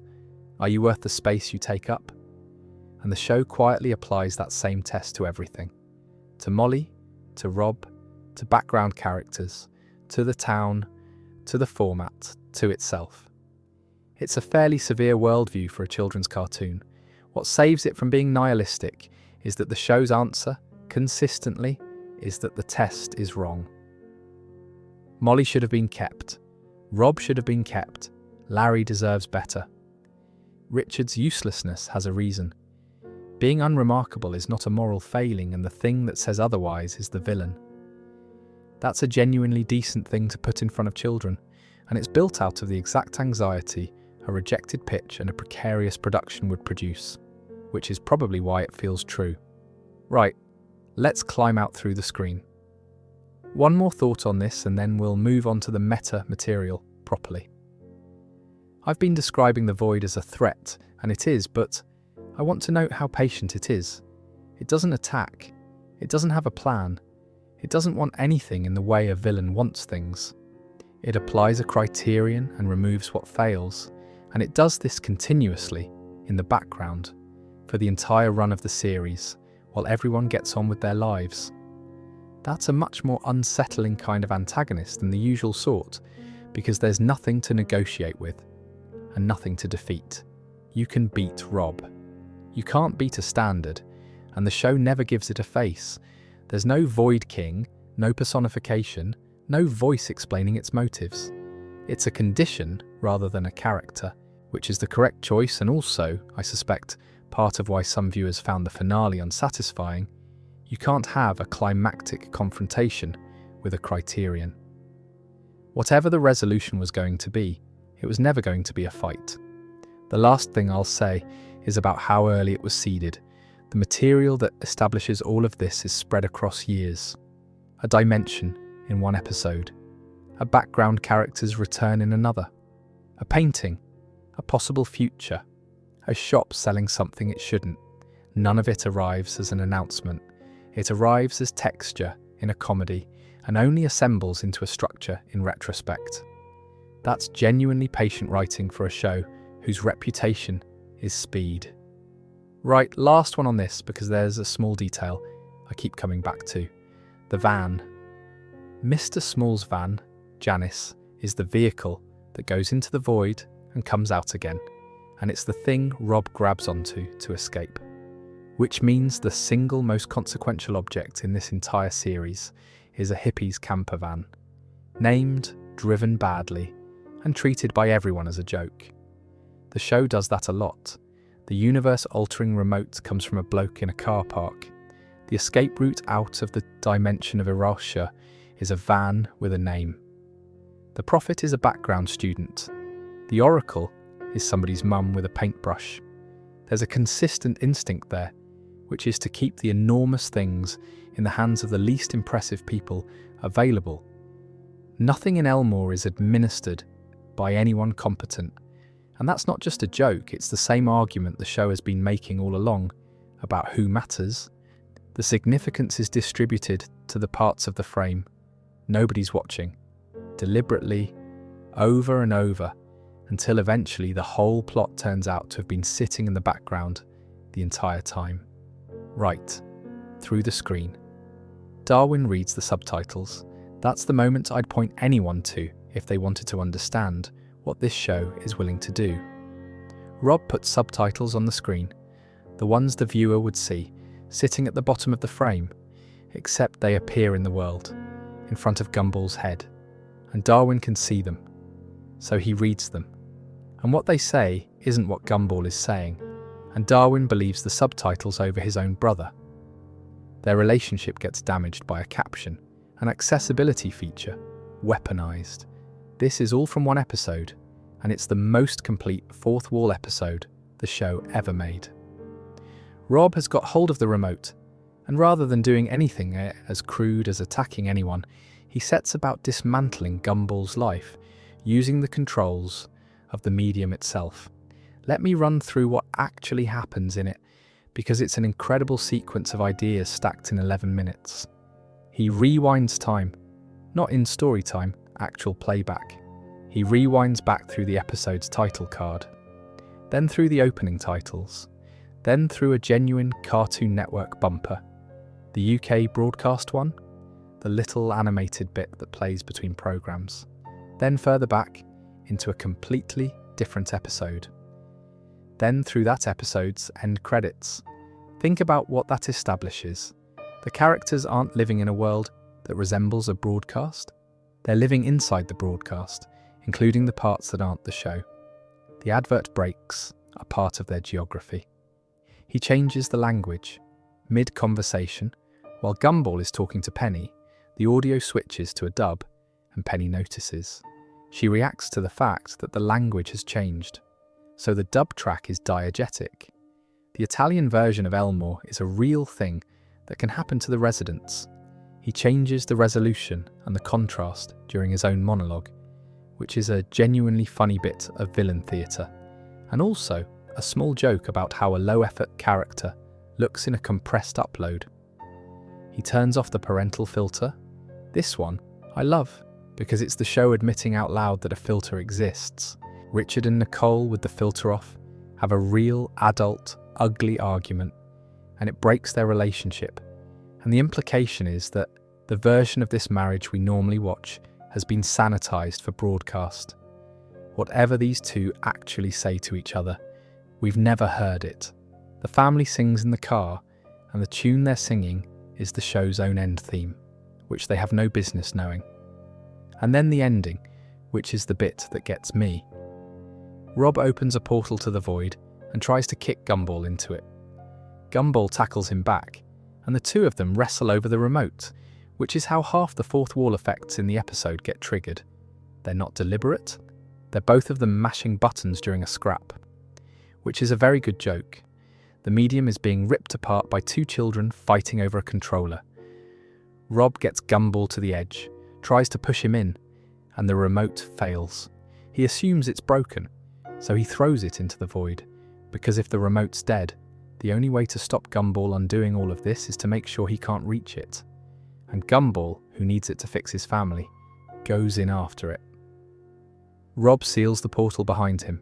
Now here's the shot. Gumball is falling into the void, and the far side of the portal is visible above him, and it's a screen. From inside, the way out looks like a television, and on that television, the end credits of the episode are scrolling, with the ending theme playing over them. The credits are rolling, the program is over, and he's still falling. That's a properly disturbing image for a children's cartoon, and it works because the actual credits on your telly are not scrolling. The show's episode hasn't finished. You're watching a character watch the end of his own episode from outside it. He gets the remote. He works out what's wrong with it. And this is the punchline. And it's beautiful. One of the batteries has come slightly out of alignment. That's it. That's the fault. The device that controls reality was interrupted by a loose battery, the way every remote in every living room in the world has been at some point. He throws the batteries at the TV. He presses rewind, and the episode rewrites itself. There's a follow-up episode later where Gumball lives through the same events again with foreknowledge, which does something clever with the structure. The audience knows the beats, the character knows the beats, and the tension comes from execution rather than surprise. That's also where Rob ends up going into the void himself, ejected there by the remote, which is a grim sort of symmetry given how he got out of it the first time. Now, some broader thoughts on the fourth wall in this show, because it's not a one-off gimmick. Most cartoons that break the fourth wall do it for a laugh and then put it back. A character glances at the camera, makes a remark about the audience, and the world resumes as if nothing happened. It's a wink. It costs nothing. Gumball's version is load-bearing. The fourth wall being permeable isn't a joke here. It's the explanation for the show's physics, the source of its villain's grievance, and the mechanism of its central threat. Rob's whole complaint is a structural one. He isn't upset that Gumball beat him. He's upset that Gumball is the protagonist and he isn't, and that this was decided by something outside both of them. He wants a spin-off. He says so. That's not a gag about show business, that's a character asking for narrative importance, the way another character might ask for money. And it's all consistent with the origin we started with. A show built out of characters who existed in his own failed pitches is a show that already understands its cast as products as assets, as things that get commissioned and dropped. The medium was always going to be visible in this one. There's a nice small detail attached to the episode I've been describing too. It also contains one of the only appearances in the whole series of a live-action human being on screen, in one specific context. Though the show has flirted with real footage in other places, that mixture is always slightly unsettling in Elmore, because the town is already made of photographs. So a real person doesn't read as an intrusion. It reads as something that was there the whole time. Right, that's the show looking at itself. Let's talk about the show growing up, which is a more practical problem and involves a lot of adolescent boys' voices breaking on schedule. There's more of this in the show than that one episode, so let's do a proper survey. The series has been poking at its own edges from very early. Characters glance at the audience. Episodes acknowledge their own structure. There's material about the show's title cards, its intro, its music. At one point, somebody comments on the format of an episode while inside it. Most of that is decoration. What makes the later material different is that the decoration turns out to have been load-bearing. Take the episode I mentioned in passing, where the family runs out of money and the animation quality degrades in response. That starts as a visual joke, the backgrounds go plain, the line work gets cheaper, the whole thing starts looking like a budget production. And then it escalates until the world is genuinely at risk, and the mechanism of the risk is that the show cannot afford to render it. The resolution involves the family doing a joyful burger commercial to bring the money back in, which restores the animation. I want to sit with that for a second because it's an unusually direct statement. A character's employment status and the program's production budget are treated as the same thing. The characters exist because somebody's paying for them to exist, and when the payment stops, they visibly stop. That's not a wink at the audience, that's a thesis. Then there's the sequel to the remote episode, where Gumball goes through the same sequence of events again, with foreknowledge. Structurally, it's a rerun. The episode revisits that disastrous day and makes the repetition its subject. Everyone watching knows what happens. Gumball knows what happens. So the tension isn't what will happen, it's can he change it, which is a different and more interesting question. That's also where Rob ends up going into the void himself, ejected there by the same device that once brought him out. There's a symmetry to it that's more sad than satisfying. Now, some thoughts on what this does to the show's genre. Fourth wall material usually deflates tension. The moment a character acknowledges they're fictional, stakes tend to evaporate, because nothing that happens to a fictional character can matter if everyone's agreed they're fictional. That's the standard trade. You get a laugh, you lose the drama. Gumball reverses it. In this show, being fictional is the source of the danger. The threat isn't a monster or an invasion. The threat is being cut, being deemed unnecessary, not making it into the final version, which means every fourth wall gag increases the stakes rather than reducing them, because each one is another reminder of what these characters actually are, and how easily they could stop. I can't think of many other shows that manage that. The ones that break the wall tend to do it as a joke about how none of this is serious. This one does it as a joke about how none of this is safe. A couple of specific techniques worth appreciating. The subtitle business I opened with is my favourite because it's an accessibility feature turned into a weapon. Subtitles are supposed to be a neutral layer, a transparent aid that doesn't affect the work. Making them diegetic and then making them lie is a genuinely nasty idea, and I mean that admiringly. The dubbing gag is the same principle from another angle. There are dozens of language versions of this show, in over 160 territories, and every one of them is, from a certain perspective, a different reality that these characters live in. Acknowledging that an in-story is a lovely piece of vertigo, the bumper is the one that unsettles people most, in my experience. Rewinding past the end of the episode into the network zone between programs, filler establishes that the character's universe includes the broadcast schedule. They're not inside a story, They're inside a channel, and the credits shot falling toward a screen showing your own ending is the image the whole thing builds to. I described it already, so I won't again, but it's the single best frame in the series. One more general observation, and then I'll leave this alone. There's a reason a show made from rejected commercial characters ends up here. If you build a series out of assets that were designed for one purpose, refused, and repurposed for another, then your cast are already objects in a production pipeline before they're people. That's baked into their origin. They exist because somebody needed a character, and they survived because somebody else found a use for them. Every other show has to reach for the fourth wall.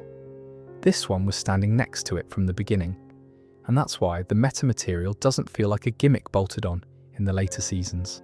It feels like the show finally saying out loud what it had been quietly built on since a bloke in London opened a folder. Right. Practical matters. Let's talk about what happens when your cast grows up. One final thought here, because it ties a few things together.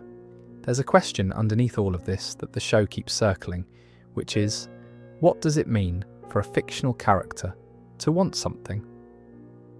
Rob wants narrative importance. Sarah wants to see relationships resolve properly. The void removes characters for insufficient interest. The remote controls the world because the world is broadcast. Every one of those is the same idea from a different angle. That in Elmore, existing and being watched are the same activity, which makes the town's residents dependent on attention in a very literal way. Be interesting or be erased. I find that a slightly uncomfortable thing to have been made in the early 2010s and then to rewatch now, in a period where a great many actual people are living under a version of that rule. Be interesting or disappear. Produce content or be forgotten. The criteria that the void applies are, more or less, the criteria of an algorithm.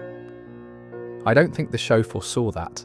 I think it was describing television production and accidentally described the next 15 years of everyone's life, which is the sort of thing that happens when you write honestly about your own anxieties. You aim at your industry and hit the culture. Right, practical matters. Here's a production problem that almost nobody outside animation thinks about. You cast a 12-year-old character. For that to sound right, you hire a child. Children are extremely good at sounding like children, and adults are, with rare exceptions, not. Then your show runs for 8 years. The child does not stay a child. That's the whole issue, and there's no clever way around it. Around 13 or 14, a boy's voice drops, and it doesn't drop gradually enough to hide.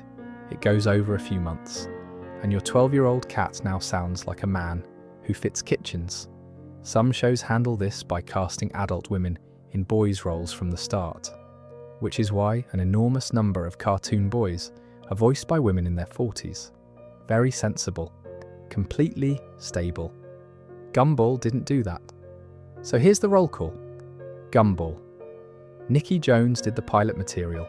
Then Logan Grove took the series from the beginning through the first 2 seasons and the very start of the third. Then Jacob Hopkins, covering seasons 3 and 4 and the first stretch of 5. Then Nicholas Cantu, from partway through season 5 to the end of the original run. Then Duke Cutler for the Gumball Chronicles material, and then Al Coyote in the revival. That's 6 performers.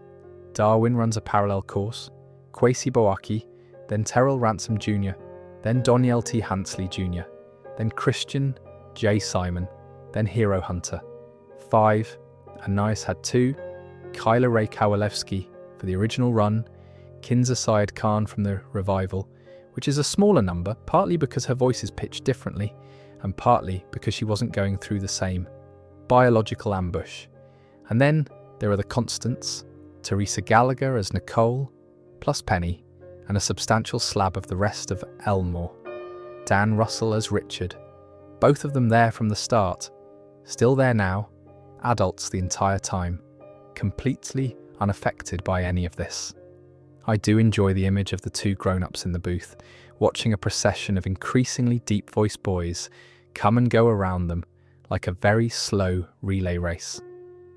Now, the good bit, and the reason I wanted a whole section on this. Most shows hide a recast.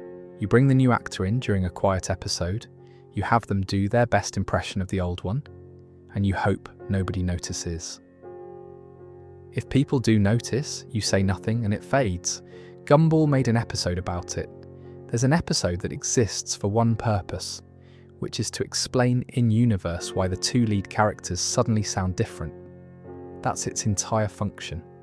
The boys' voices break on screen as an event that happens to them, and they have to deal with it. The embarrassment, the unpredictability, the fact that they now sound like strangers to themselves. It's the only episode of the series that exists solely to solve a production problem. And instead of it being a chore, it's genuinely one of the sweeter half episodes in the run. Because puberty is a horrible experience that every viewer either has had or is about to have. And nobody makes cartoons about the specific indignity of not recognizing your own voice. A few details from around that episode that I like a lot. The boys' brief, manly warrior voices, the ridiculous deep register they get stuck in at one point, were provided by Stefan Ashton Frank, who is an adult, so there's an adult performer hired specifically to play the voice a child's voice is temporarily doing. The musical sequence in that episode was animated by the CRCR Collective, the same people who'd done a Cartoon Network's Summer Ident. They were the second set of guest animators the show brought in, after the pair who did the pixel art sequence I mentioned way back. And, as of that episode, the eyes of Gumball, Darwin and the rest of the family became permanently round. Before that, they'd been a bit more variable in shape, larger, more oval, softer, part of a slightly loose early style. From this point, they're mostly locked. So the same episode that changed how the characters sound also changed how they look, which makes it a strange sort of hinge in the middle of the series. It also had, at the time, the longest gap between two episodes, airing in the US 184 days. That record eventually got demolished, and I'll come back to what demolished it, because it's a considerably bigger number and a much sadder story. Now the wider style drift, since we're on the subject of the show, visibly changing. Season 1 Gumball looks noticeably different from Season 5 Gumball. The early style is softer, the arms are more rubbery, the proportions a bit looser, the eyes bigger with smaller pupils. Over the seasons it tightens. The characters get more consistent, more posed, more confidently drawn. There's a period in the middle seasons where the family is essentially locked into a three-quarter view most of the time. A specific angle the rigs handled best, which is efficient and slightly stiff, and which the revival went out of its way to loosen up again. Under the hood, this is a rigged show. The characters are built as puppets, and rigs constrain what you can do. What's remarkable is how rarely you feel that constraint, because the compositing and the sheer density of jokes keep your attention elsewhere. On music, briefly, Ben Lockett wrote the theme and composed for the whole original run, with Neil Myers and Zav Clark coming in around Season 6. That's a long stretch of consistency for a show that changed nearly everything else about how it sounded. Right? And here's the thought I actually want to leave you with on this.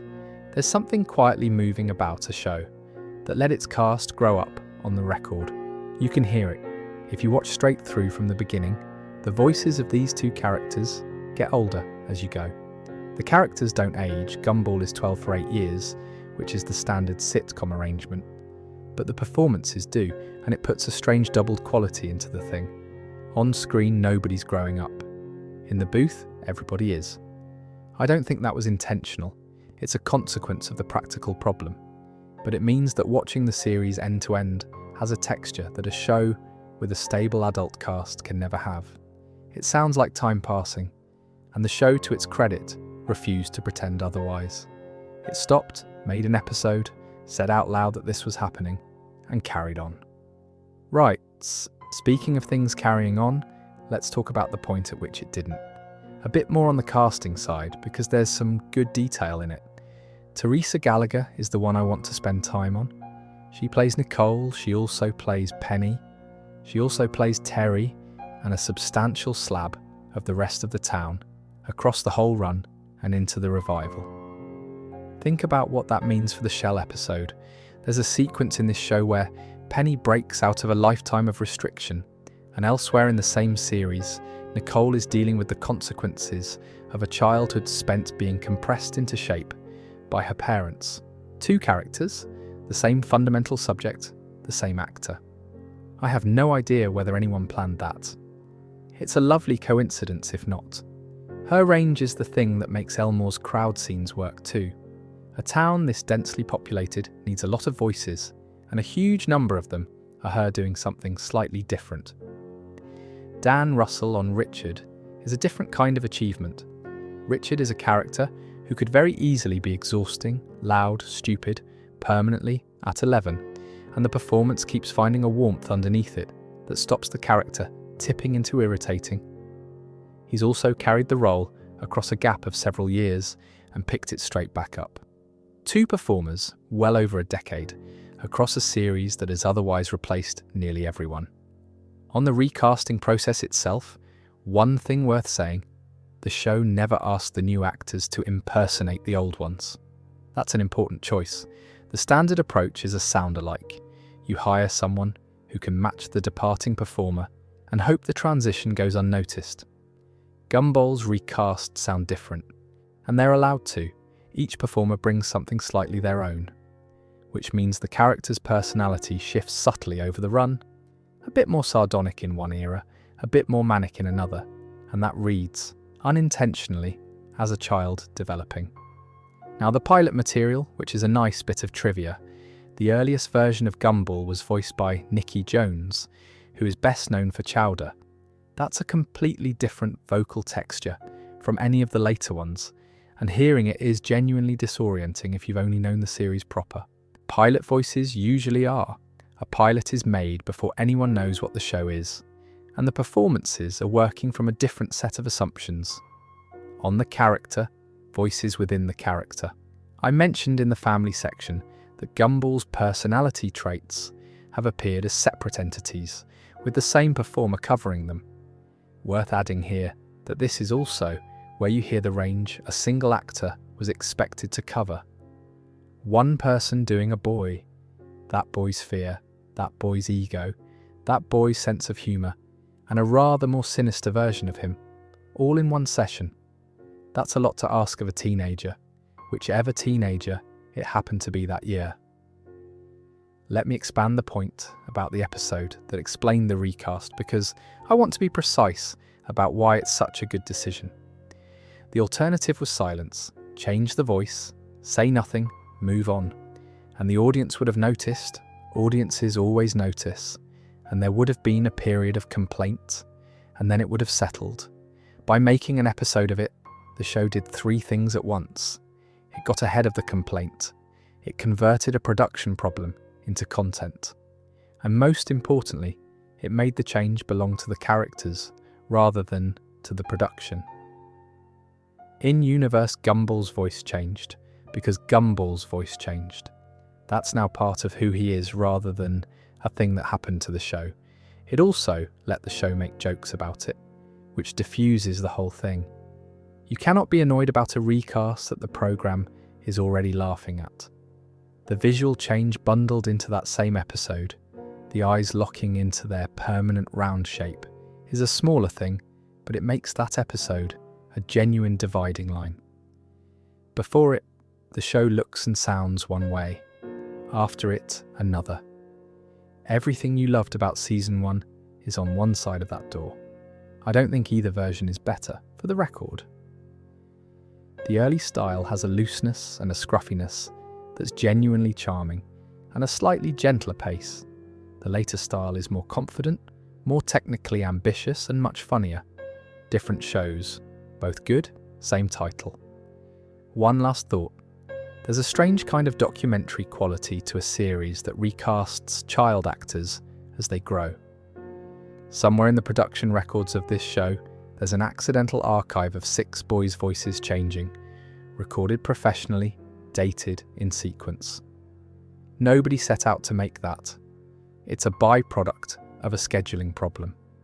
But it's there, and it means that if you sit and listen to the whole run in order, you're hearing something quite intimate that nobody involved intended to give you. Right, let's talk about the day it stopped. A last note on this, because there's a broader point about the show that fits here. Gumball is a series that never let its characters age. Gumball is 12 throughout. Anais is 4 throughout. The school year restarts endlessly. Nobody graduates, nobody moves. That's the standard arrangement, and it's the correct one for this format. An aging cast would force a finite runway, and the whole point of Elmore is that it goes on. And yet the show is completely obsessed with growing up. Every other episode is about some aspect of it. The awkwardness of a changing body, the realization that your parents are people, the specific horror of being seen, the gap between how old you feel and how old you're treated. A series in which nobody ages, entirely preoccupied with aging. The voice situation sits right at the centre of that contradiction, which is why I think it's more than a production footnote. The one thing about these characters that genuinely does grow up on the record audibly is the sound of them. The bodies stay 12, the voices don't. And when the show finally made an episode of that, when it stopped pretending and put the change on screen, it was briefly a series about characters who age in a world that won't let them.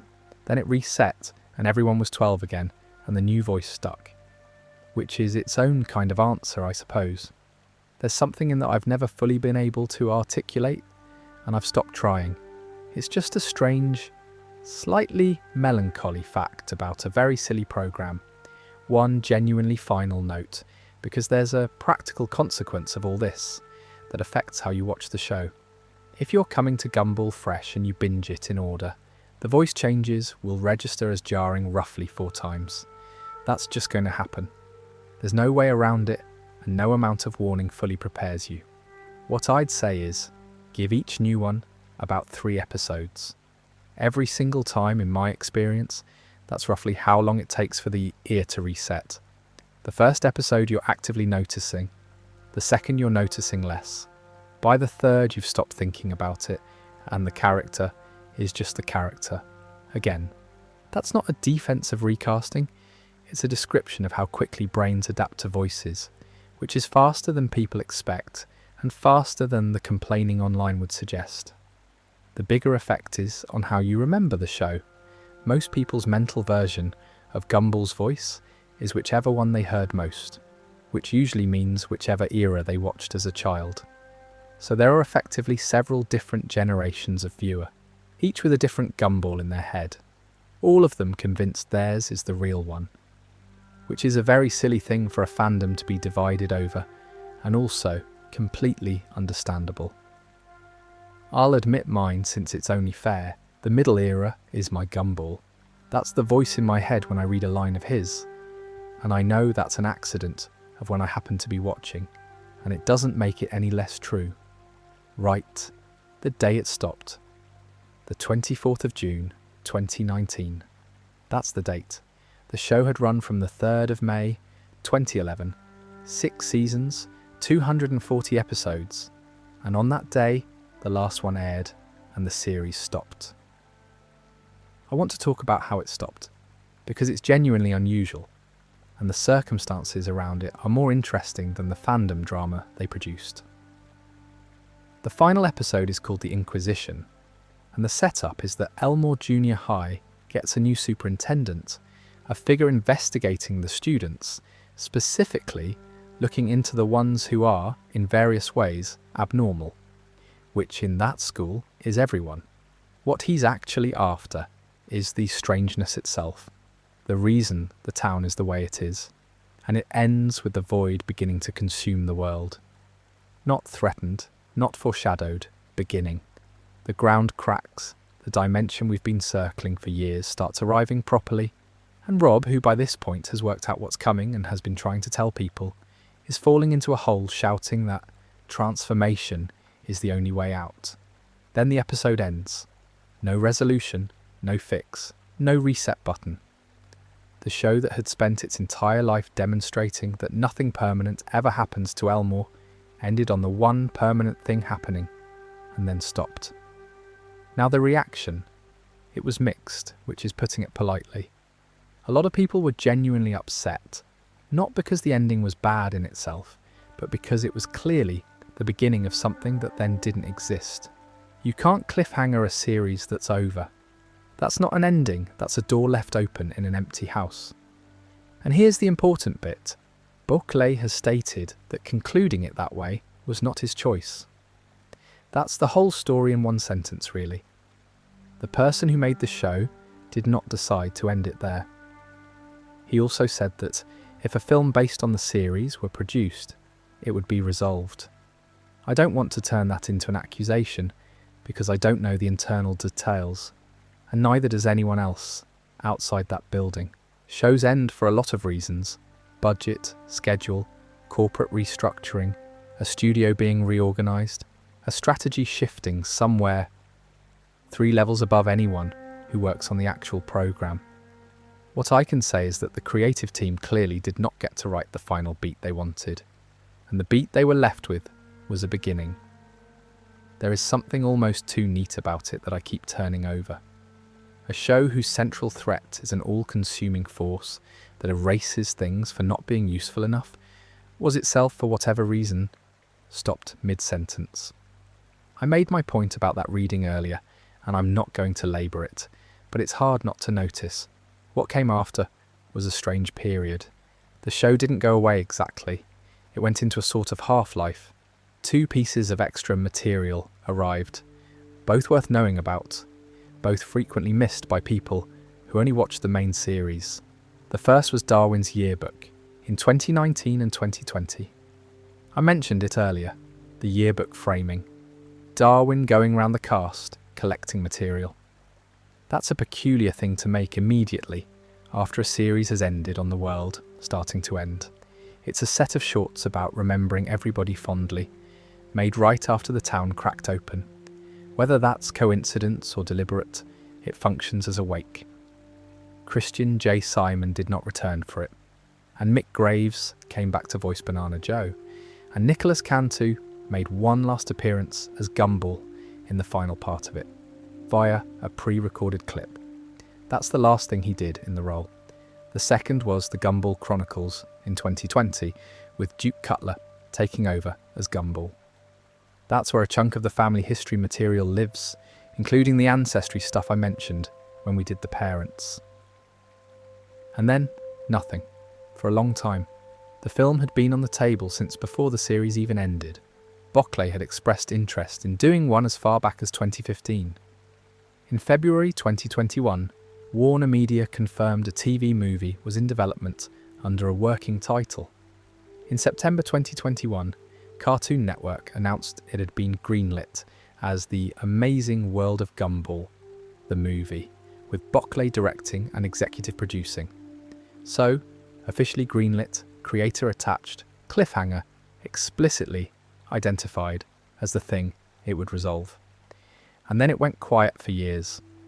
I'm going to be careful here, because this is the single most misinformation-infested corner of this entire subject. If you search for this film, you will find a considerable amount of extremely confident-sounding material. Release dates, cast lists, box office totals, award wins, directors attached.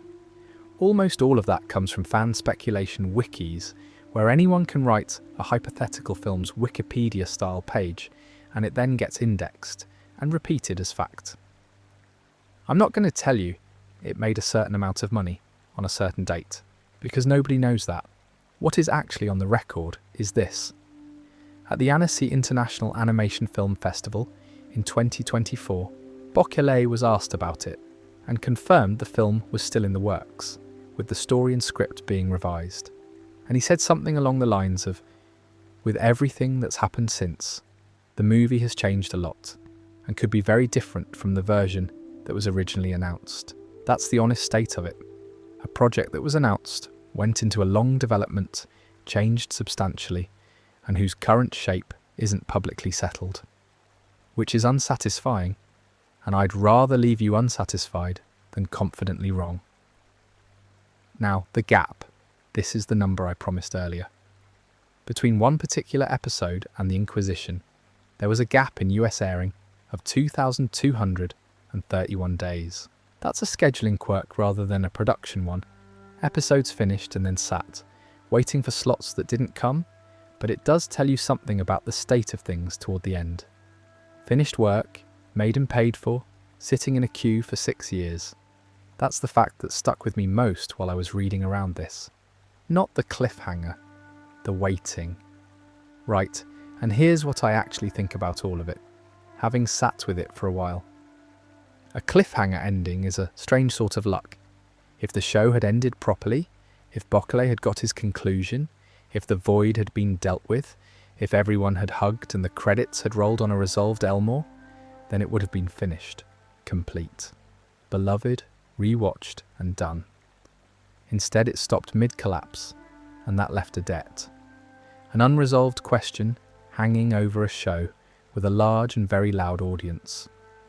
And unresolved questions are commercially interesting in a way that satisfying conclusions are not. I'm not saying the cliffhanger caused the revival.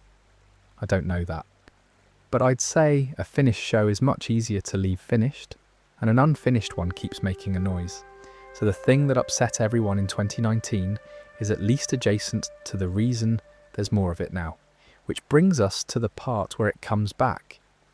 A bit more about that final episode, because there's texture in it that gets lost in the argument about the ending.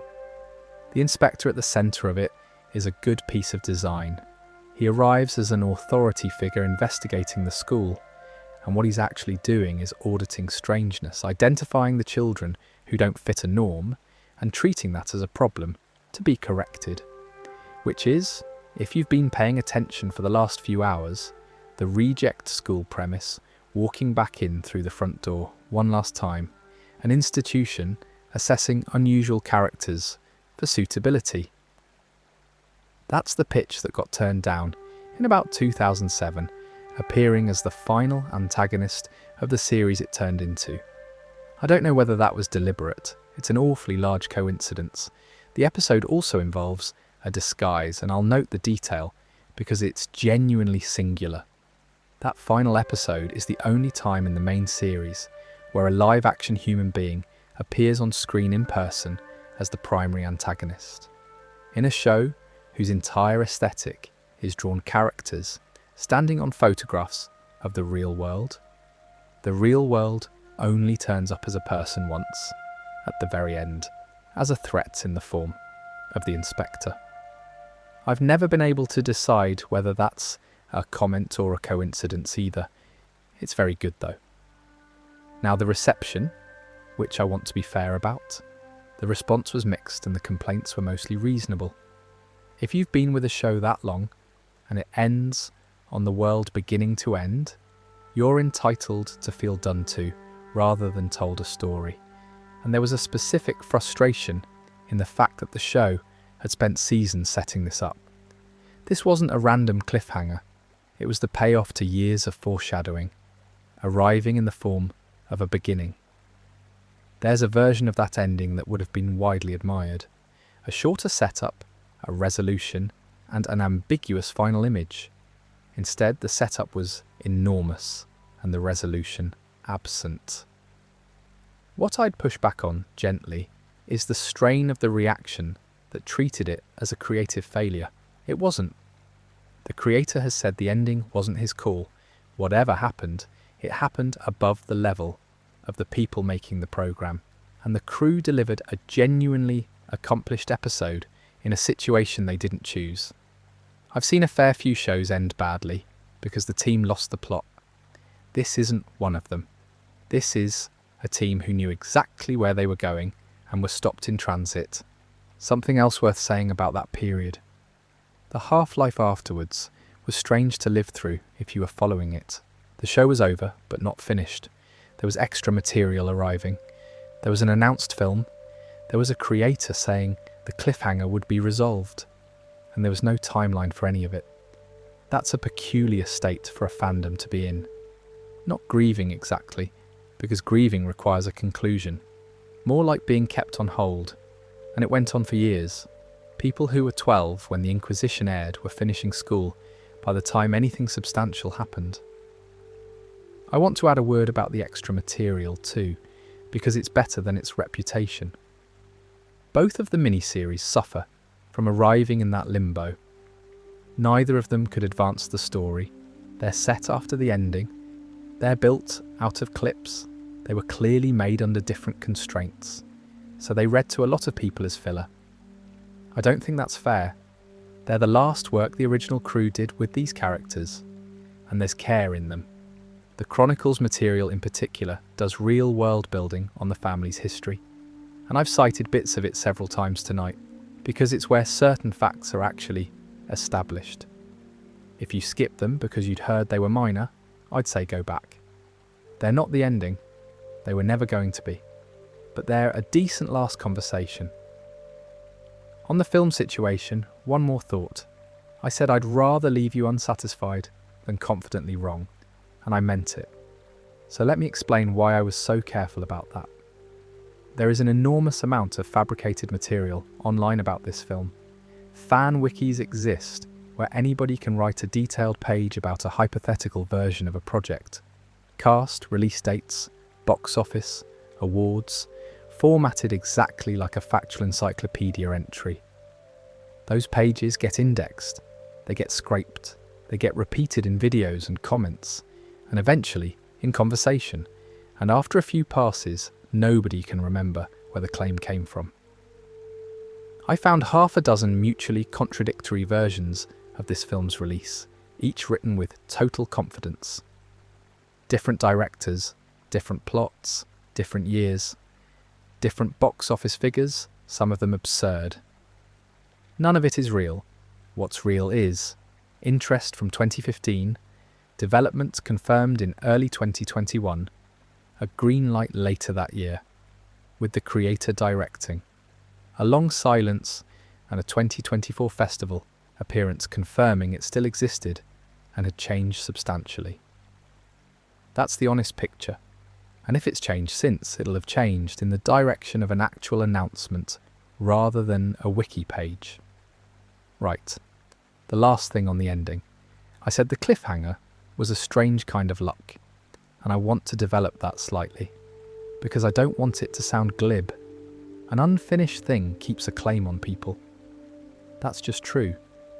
The shows that get remade and revived and continued are rarely the ones that ended well.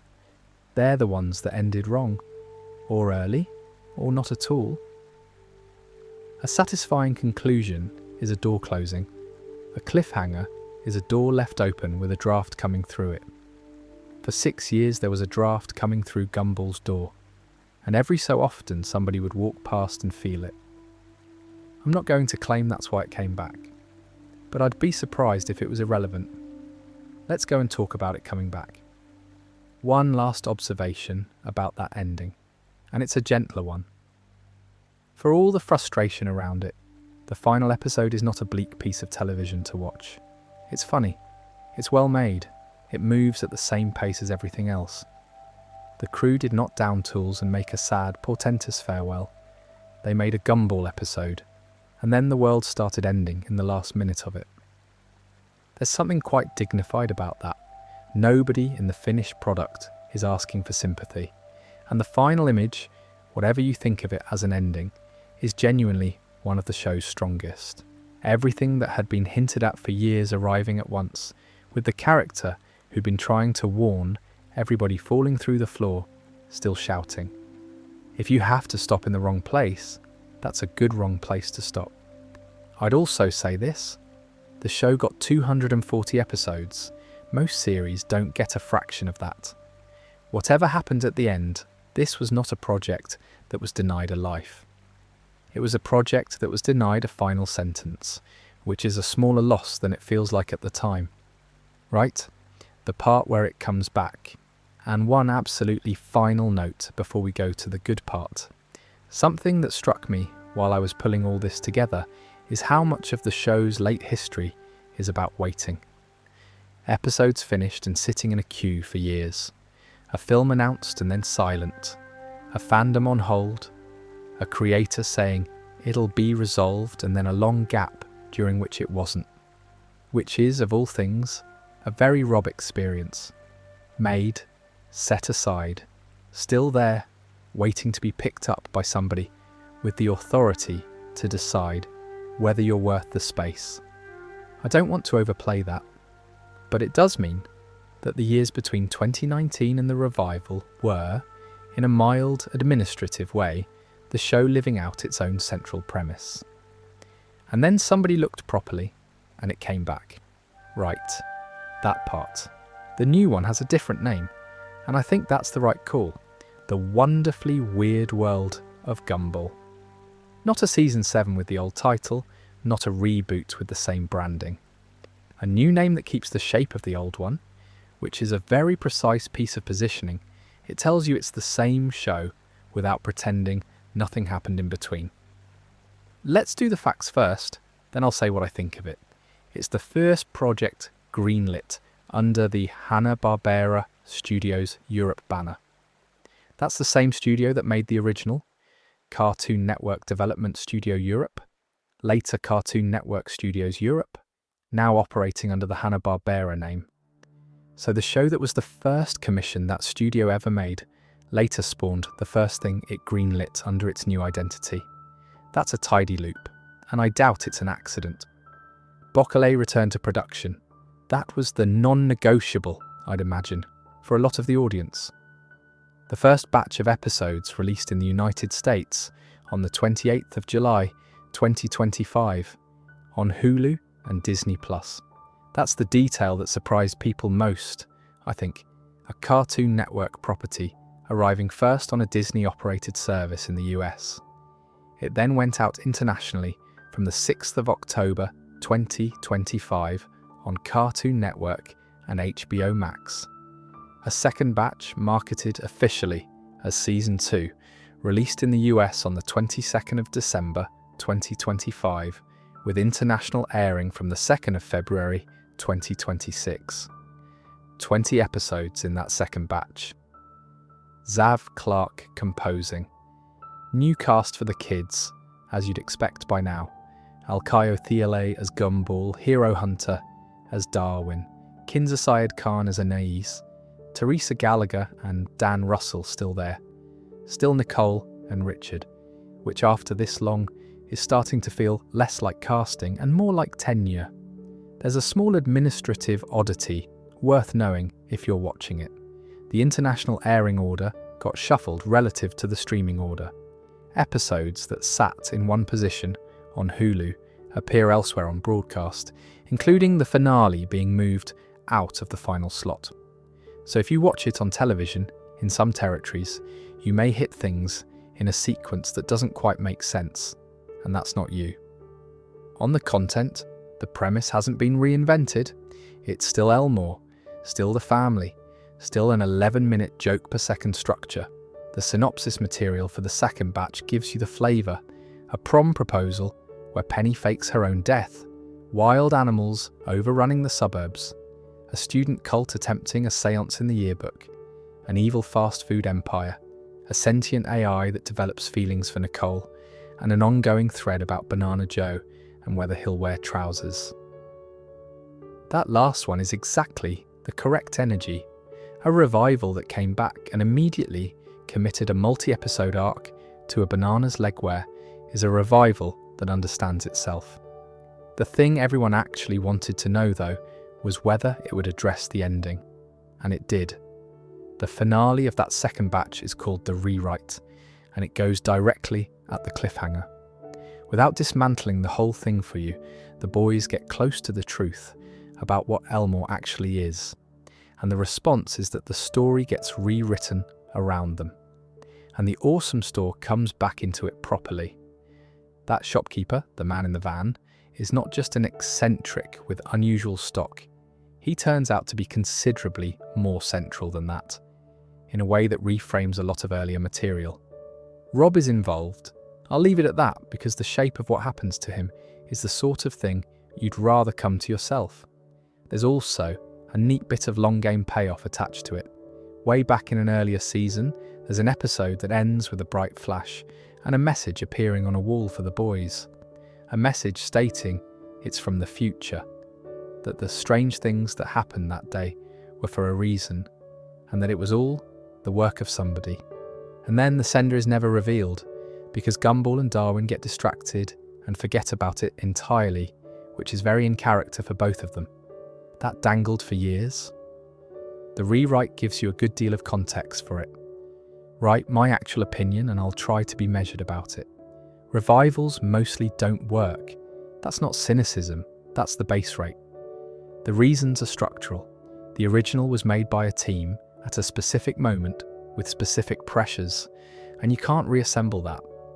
The audience has aged and now wants two contradictory things: the show exactly as it was, and the show grown up alongside them.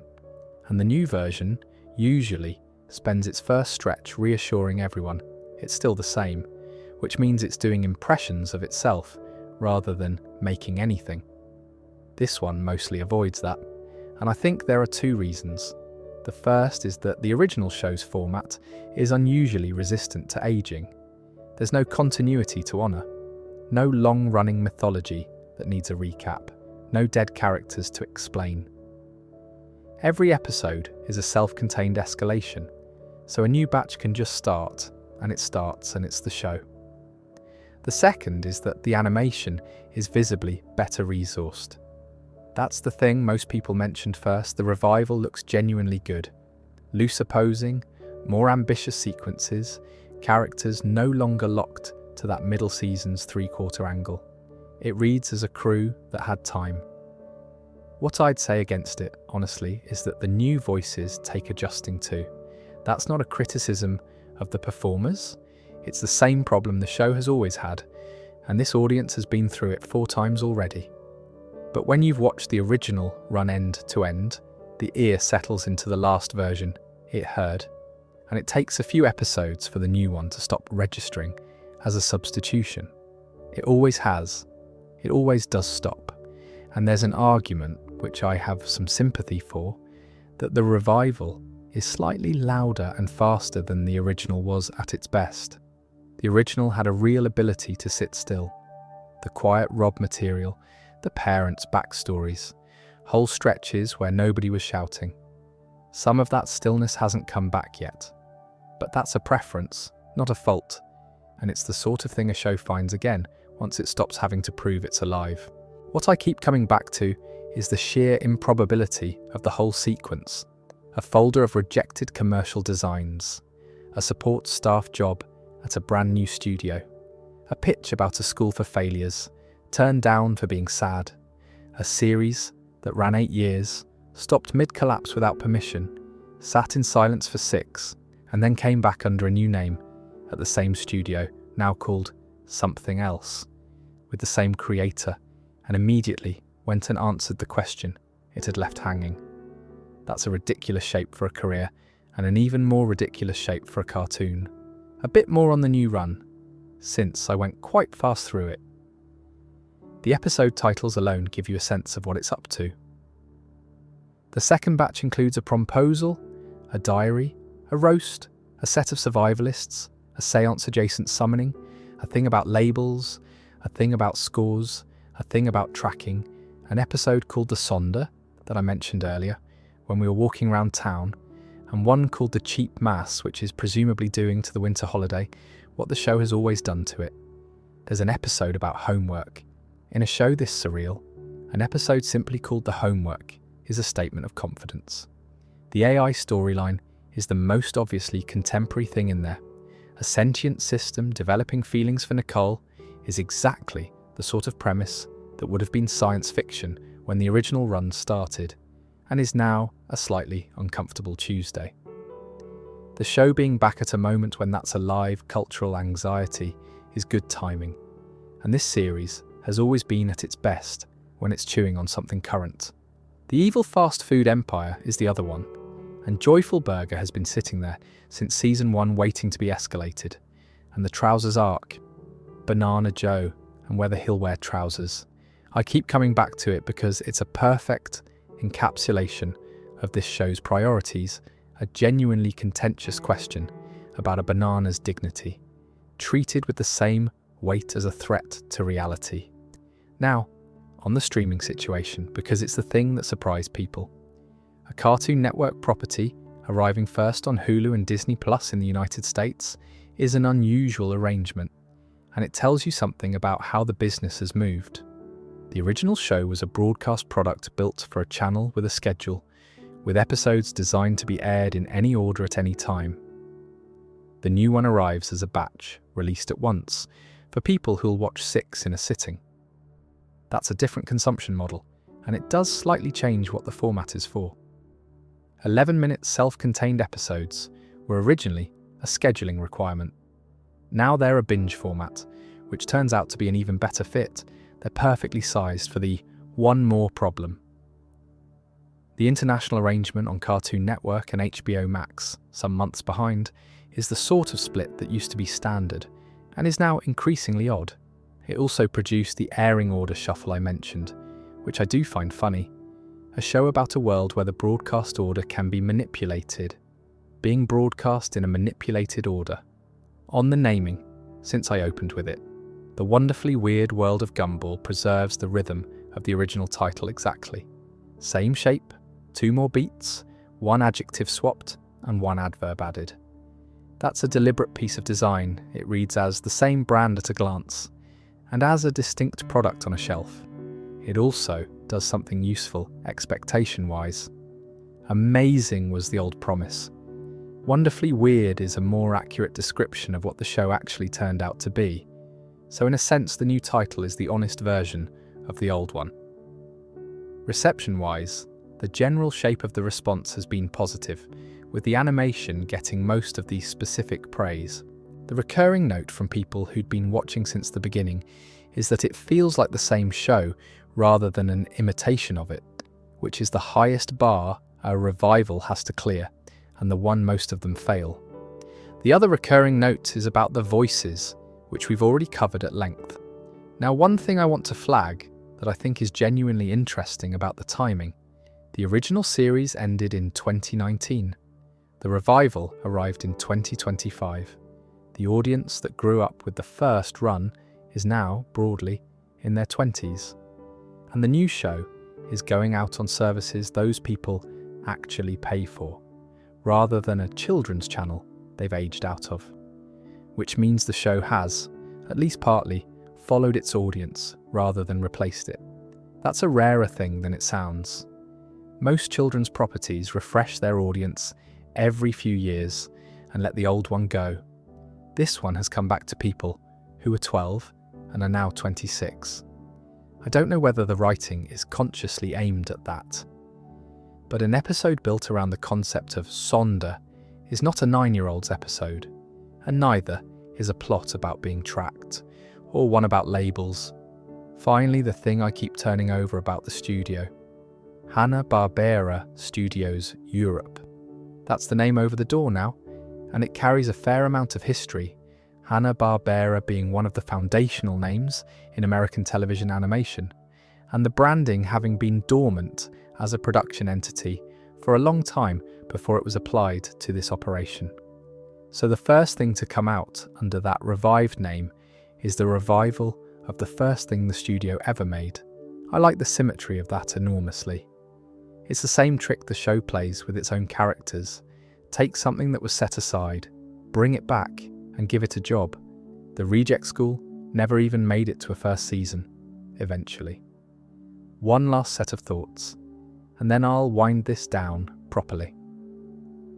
What strikes me most about the revival is how little it apologises. A lot of returning shows spend their first stretch performing reassurance.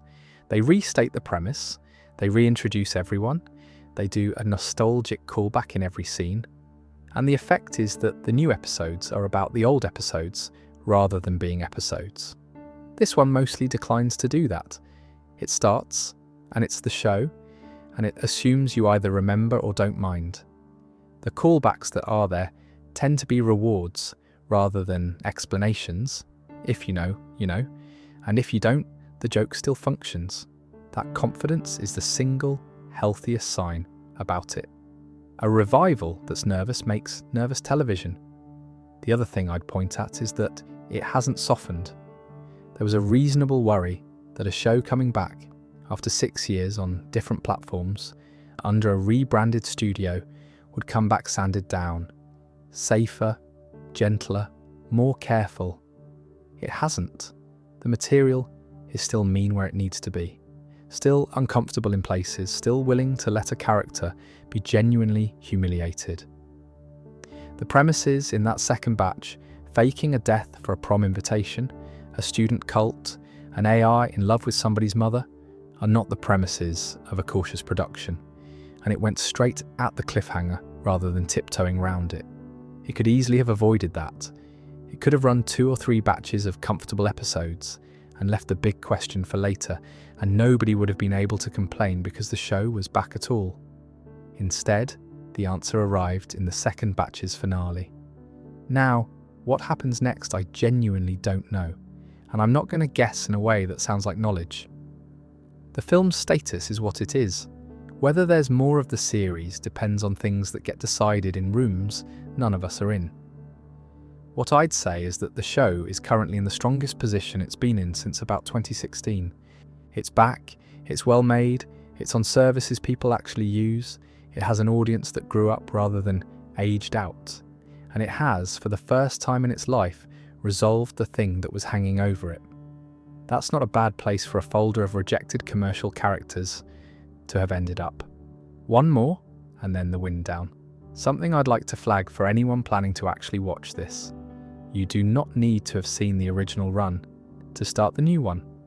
That's worth saying because the amount of lore discussion around this show makes it look like homework, and it isn't. The new series is still 11-minute self-contained episodes about a family in a town. The lore is available if you want it and entirely optional if you don't. You can put it on having never heard of any of this and it works immediately, which is the same thing that was true in 2011.